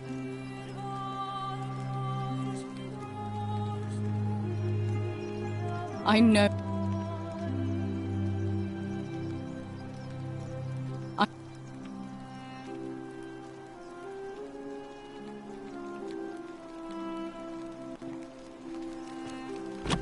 May Apollo keep you safe.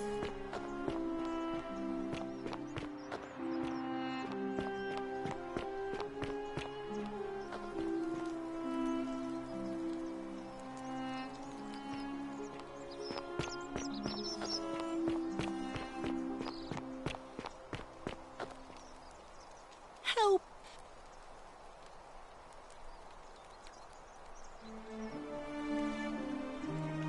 Thank you. What?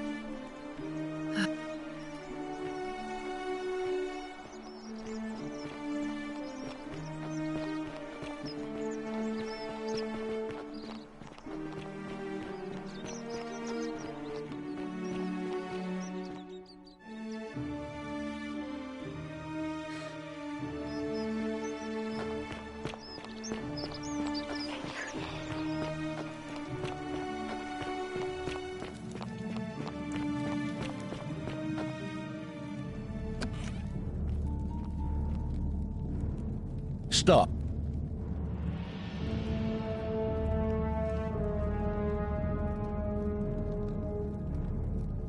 Thank you for your service to the Empire.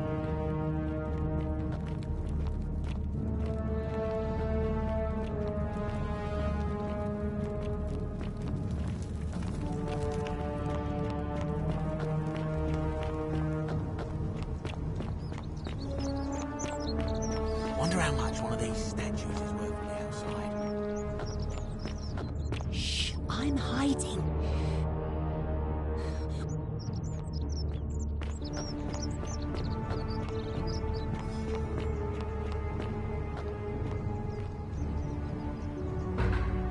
Filthy, lying degenerate.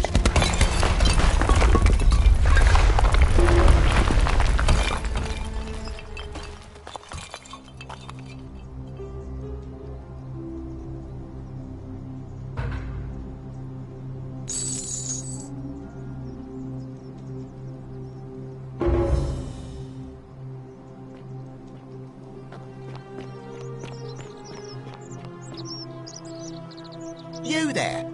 I'm sorry to trouble you, but I couldn't help but notice that fine bow you're carrying. No idea how you managed to get your hands on it, especially in the light of our dear old magistrate's ban, but I'm impressed. And before you ask, no, I wouldn't dream of trying to buy it from you. I have no use for a wooden bow myself. But I would like to propose a joint business venture of sorts.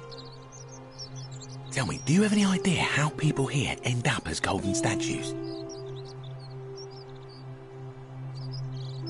And here I was thinking I was the only one to figure it out. In any case, supposedly 1 or 2 of those arrows is enough to turn a full-grown man into gold. Now, of course, that is a travesty, a terrible, horrible waste of human life which has to be stopped. And yet, on the other hand, I can't help but think of a tale told by that Greek fella Aesop, the goose that laid the golden egg. With the ability to transmute organic matter into gold, one could create infinite wealth. Use your imagination. Golden animals, insects, trees and plants. The Midas touch without the drawbacks. We are talking riches beyond imagining. And even if we were to split all those riches between the 2 of us, half of infinite wealth is still infinite. Interested?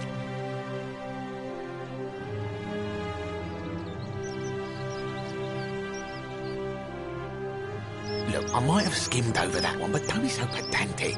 Are you interested or not? Excellent. So the first question is, how do we get our hands on one of those golden bows? Now, I have a plan, but first, tell me, are you familiar with the story of the goddess Diana? No problem. Allow me to explain. Diana is our goddess of the hunt, the moon, and the underworld, depending on who you ask. The one thing priests and poets agree on is that she carried with her a golden bow and a quiver of golden arrows. And it just so happens that there is a shrine of Diana in this very forum, with a prominent statue of the goddess herself. And would you like to guess what she's holding in her hand?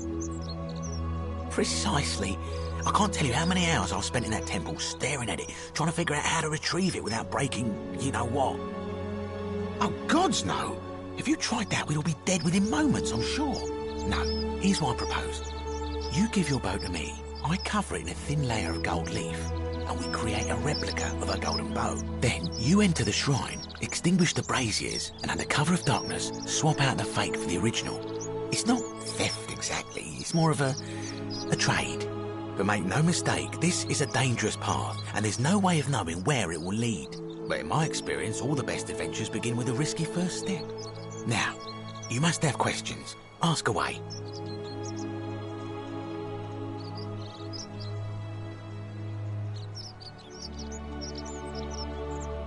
Because the gods would see you, of course. Hence my proposal. I'm more of an ideas man, whereas you're obviously the more resourceful and heroic type. I have complete confidence in you. When Prometheus stole fire from the gods and became a hero to all mankind, do you think he was worried about the danger? Only because he was silly enough to get caught. So, are you in, partner?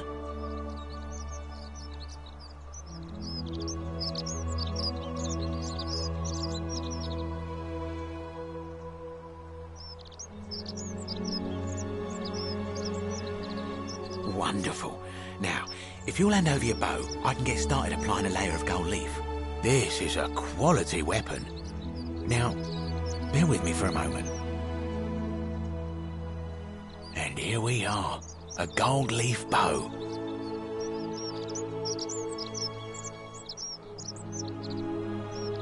Now, I've gone and unlocked the Shrine of Diana for you, so as quick as you can, head on inside. It's just at the end of the street on the left. May the gods not watch over you.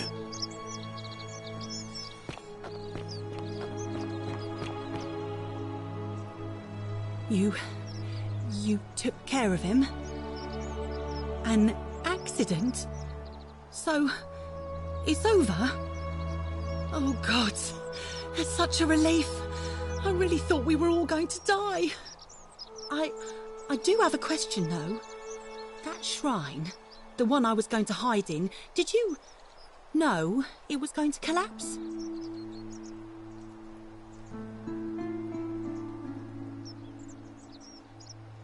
Really? Then how? Oh, I see. Oh, I should probably keep my big mouth shut then. Sorry. I promise, nobody else will ever know what you did. But I know. That was really clever. Thank you. I'm glad you're here. Oh, speaking of which, welcome. I'm Fabia. Sorry I was a bit frantic before. Need anything? Oh, there's not much to tell. I mostly just bake bread and try to help out where I can. I suppose it all started about 8 months ago. I was living in Rome with my family when I got sick. Terrible timing. My pa had just arranged a husband for me, a fisherman's son. I was about to meet him for the first time when I came down with an awful fever.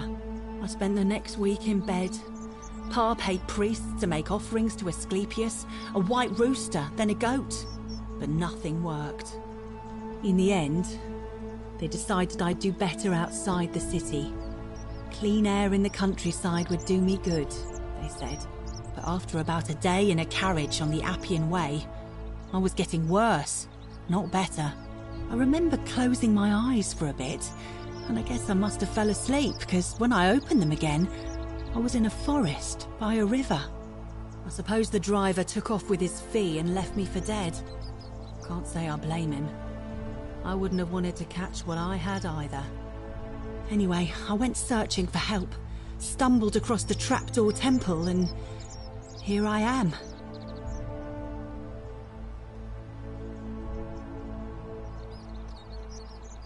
Oh yeah, I suppose you're right. Hadn't really thought about it. But the gods are mysterious and powerful. Who knows what their plans are for us? What? You've been here a few moments and you're desperate to get out already? Why not give the place a chance before you try to leave? Good people here. Galerius works hard on the farm so I can put food on our tables, and Lucretia tries to keep us healthy.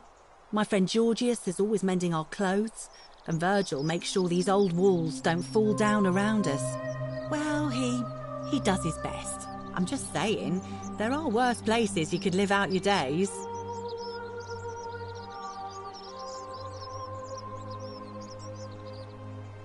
Well, I can tell from your funny accent you're not from around here, but that doesn't mean you don't belong, does it?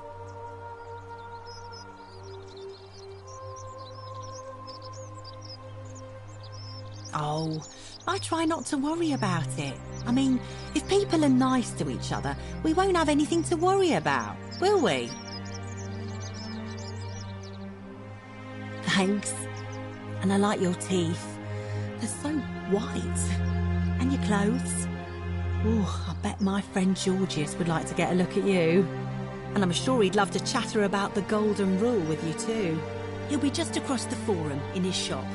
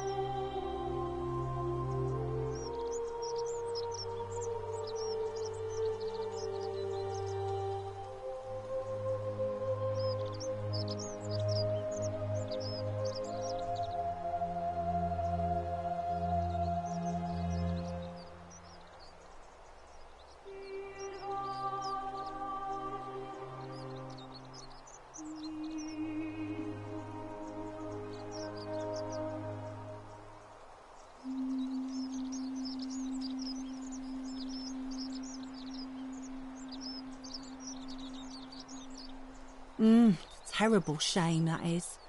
Maybe this'll help. Late last night, I was cleaning my oven when I heard some noises outside.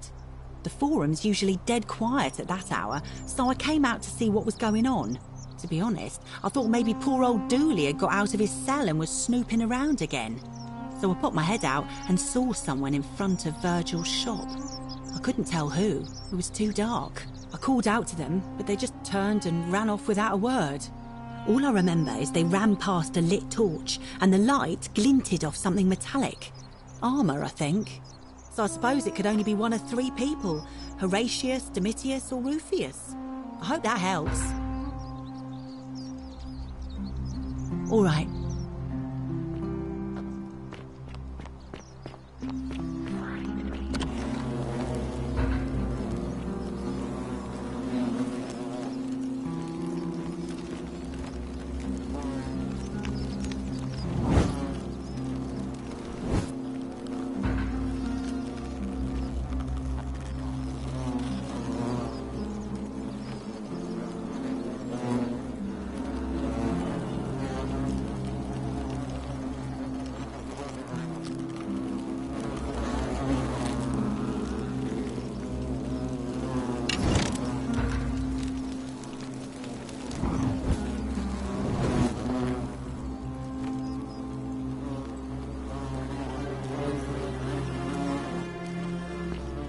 Is that you, partner? Do you have the bow? Wonderful. Just go ahead and slide it under the door for me and I'll unlock it for you. A little bit slow, aren't you? Yes, I locked you in, and until you give me my bow, you're gonna stay in there, like Tantalus in Tartarus. No, technically, I never said that. I said, if we were to split all those riches between the two of us, infinite wealth is still infinite. It's hardly my fault if you can't tell the difference between a hypothetical and a promise, now is it? Oh, I do love a good loophole.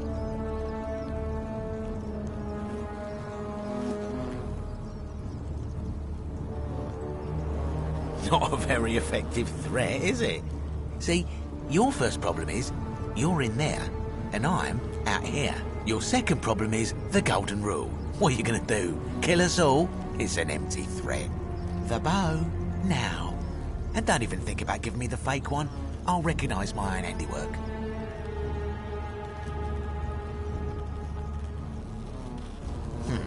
I would reconsider my position quickly if I were you. I'm not sure if you noticed, but you're stuck in there with a hornet's nest, and they can be rather aggressive toward intruders. You know, some say it takes 27 hornet stings to kill a man, but I always wondered how anyone could have known that. Let's find out if they were right, shall we?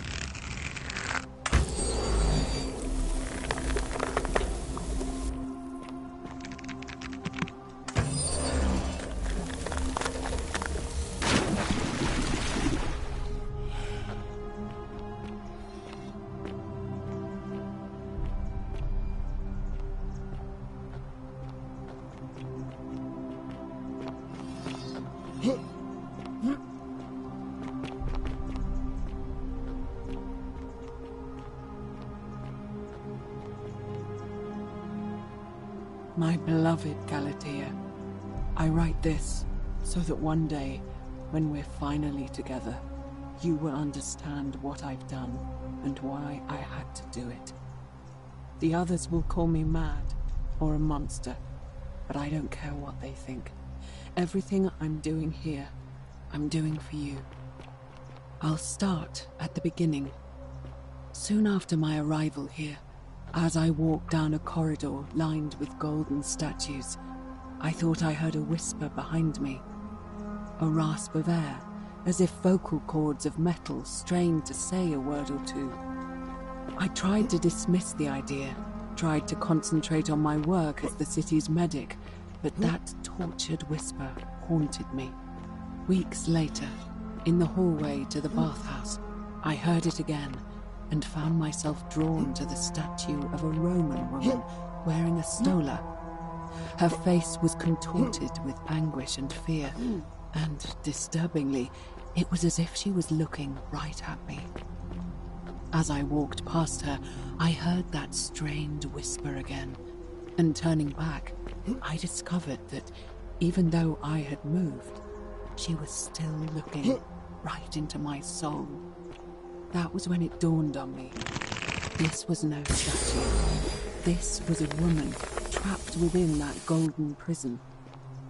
Naturally, I told the others, but when I could not reproduce the results of my experiment, they would not believe me. But from that moment on, I knew the full horror of this place. Immobilized within these statues are living human beings. It was that day, my love, that my heart broke.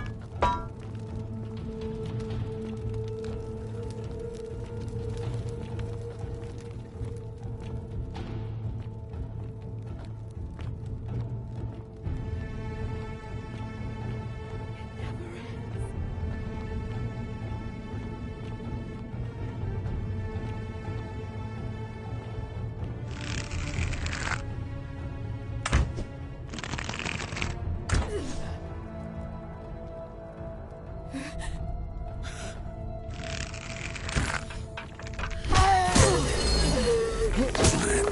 me die.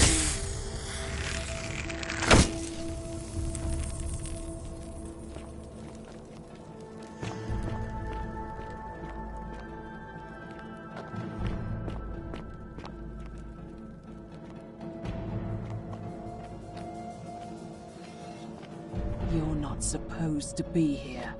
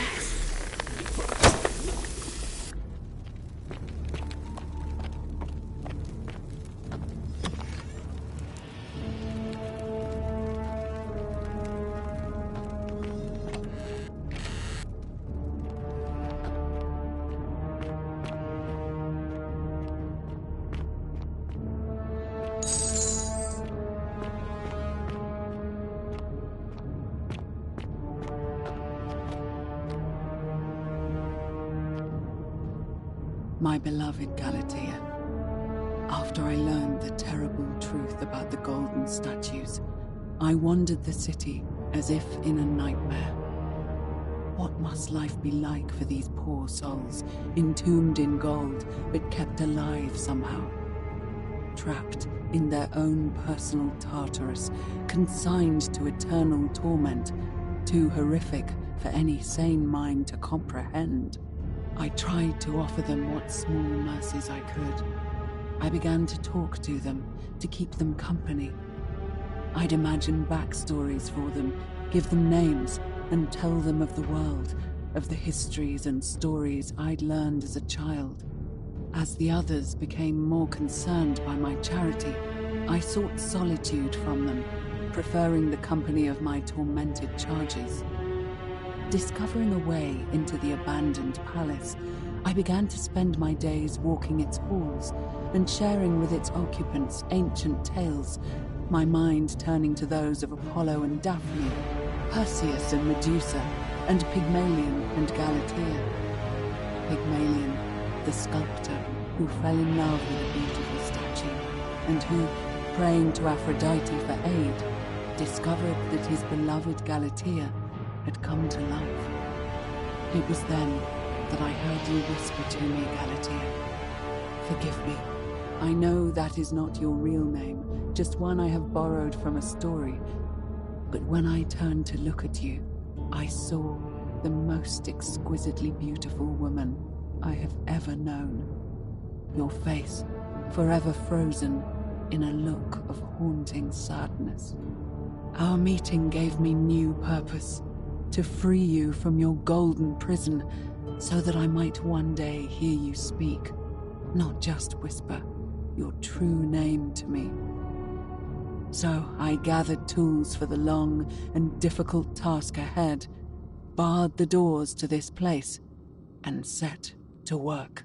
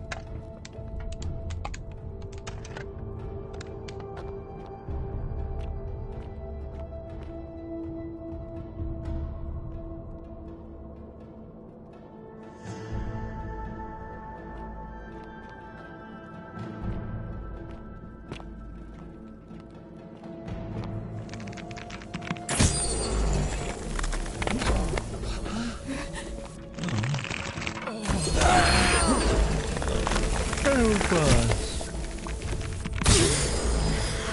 I just want to die. Please. Please.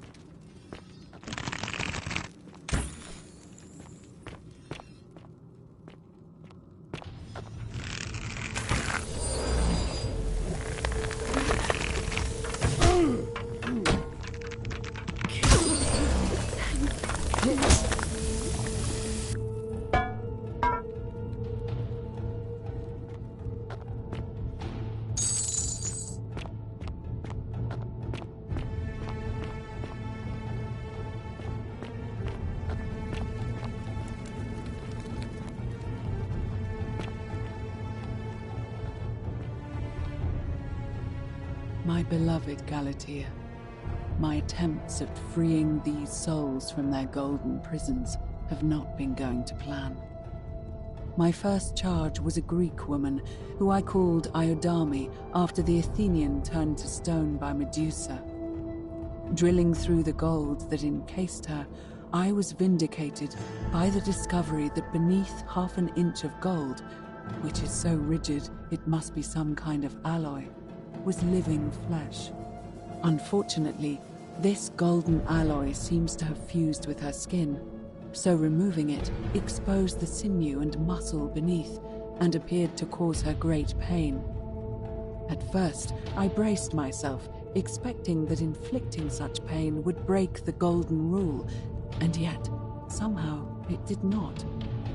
It seems whichever god is responsible for imprisoning these poor souls does not care about their suffering at all. They are forsaken. Undeterred, I pressed on, working late into the night, attempting to remove the golden layer that encased her as delicately as I could.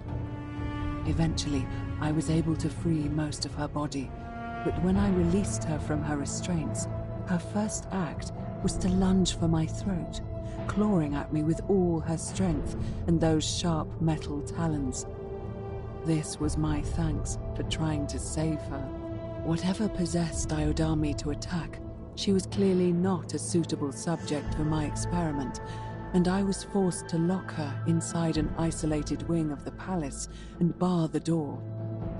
As I continued working on others, I could hear her flailing and launching herself at the other side endlessly. Regrettably, my other experiments bore similar results, and after relocating a few times, most of the palace is now too dangerous to work in. Still, as much as my heart aches to know that you're suffering, I cannot risk attempting to ungild you yet. Not until I have perfected a method that will bring you back to me, whole in both mind and body, and ensuring your humanity is preserved. I promise you this. One day we will be together, even if I have to free every last statue in this god's forsaken place.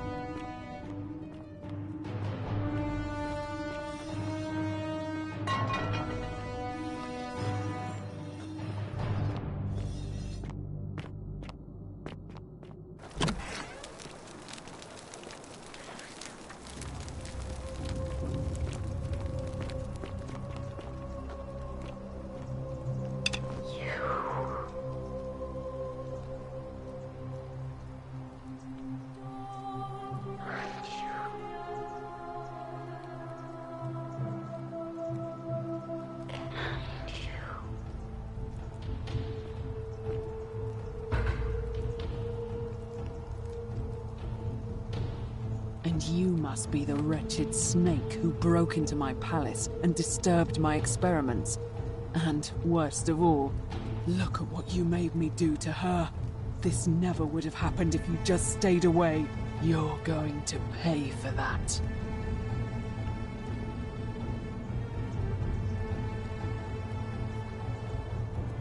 And do you think I care about that? I don't care what happens to me, as long as you get what you deserve. Liar! I locked and barred the gate. I left a message warning you all to leave me alone. I just wanted to do my experiments in peace, for her. And now look at her. You made me turn the most beautiful woman I've ever seen into this. Look at her. She's in agony. All I wanted was to spend my last moments with her, to see her beautiful face, to hear her speak freely, instead of in those cryptic whispers. But as soon as I began my work, she stopped whispering to me. And now I discover she started whispering to you instead. What's so special about you?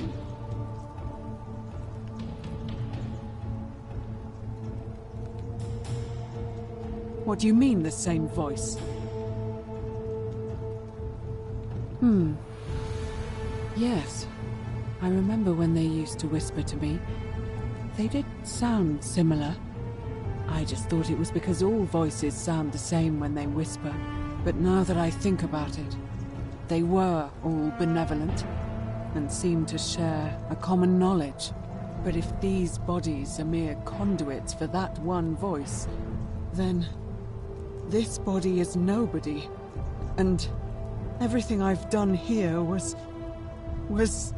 Wait, I see what you're doing. You're trying to steal her away from me. Were you planning to wait until I'd done all the hard work, then swoop in?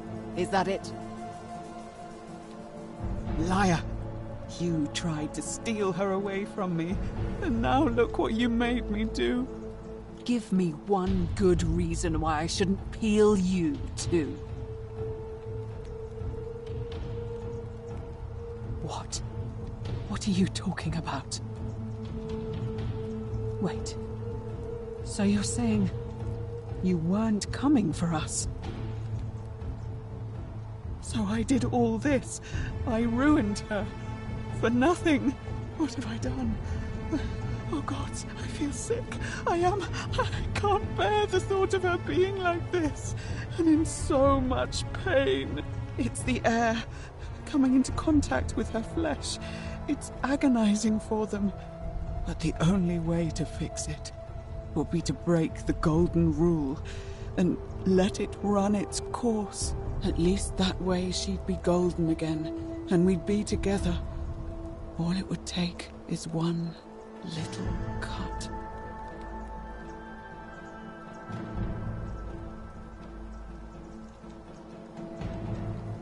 It's too late. There's nothing you can do. I have to do this. I'm sorry. What?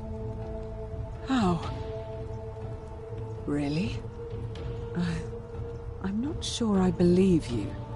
But if you can undo this mess, I'll tell you what you need to know. But if you're lying to me, I'll break the golden rule and kill you and everyone else in this city. Understood?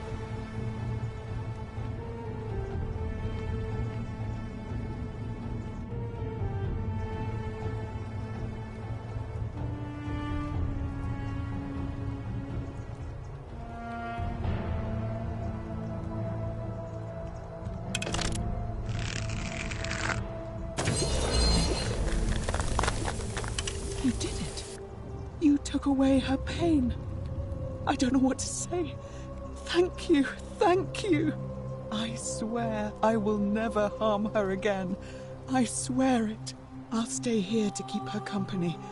But these poor souls, what can be done for them? I've tried everything I can. I fear the only one capable of releasing them properly is whichever god doomed them in the first place. In any case, I must honor our bargain. The treatment for rheumatism is willow bark. I believe there's a pot of it already in the Shrine of Apollo. Now, please leave. The door here leads out onto the palace balcony. You should be able to make your way down from there.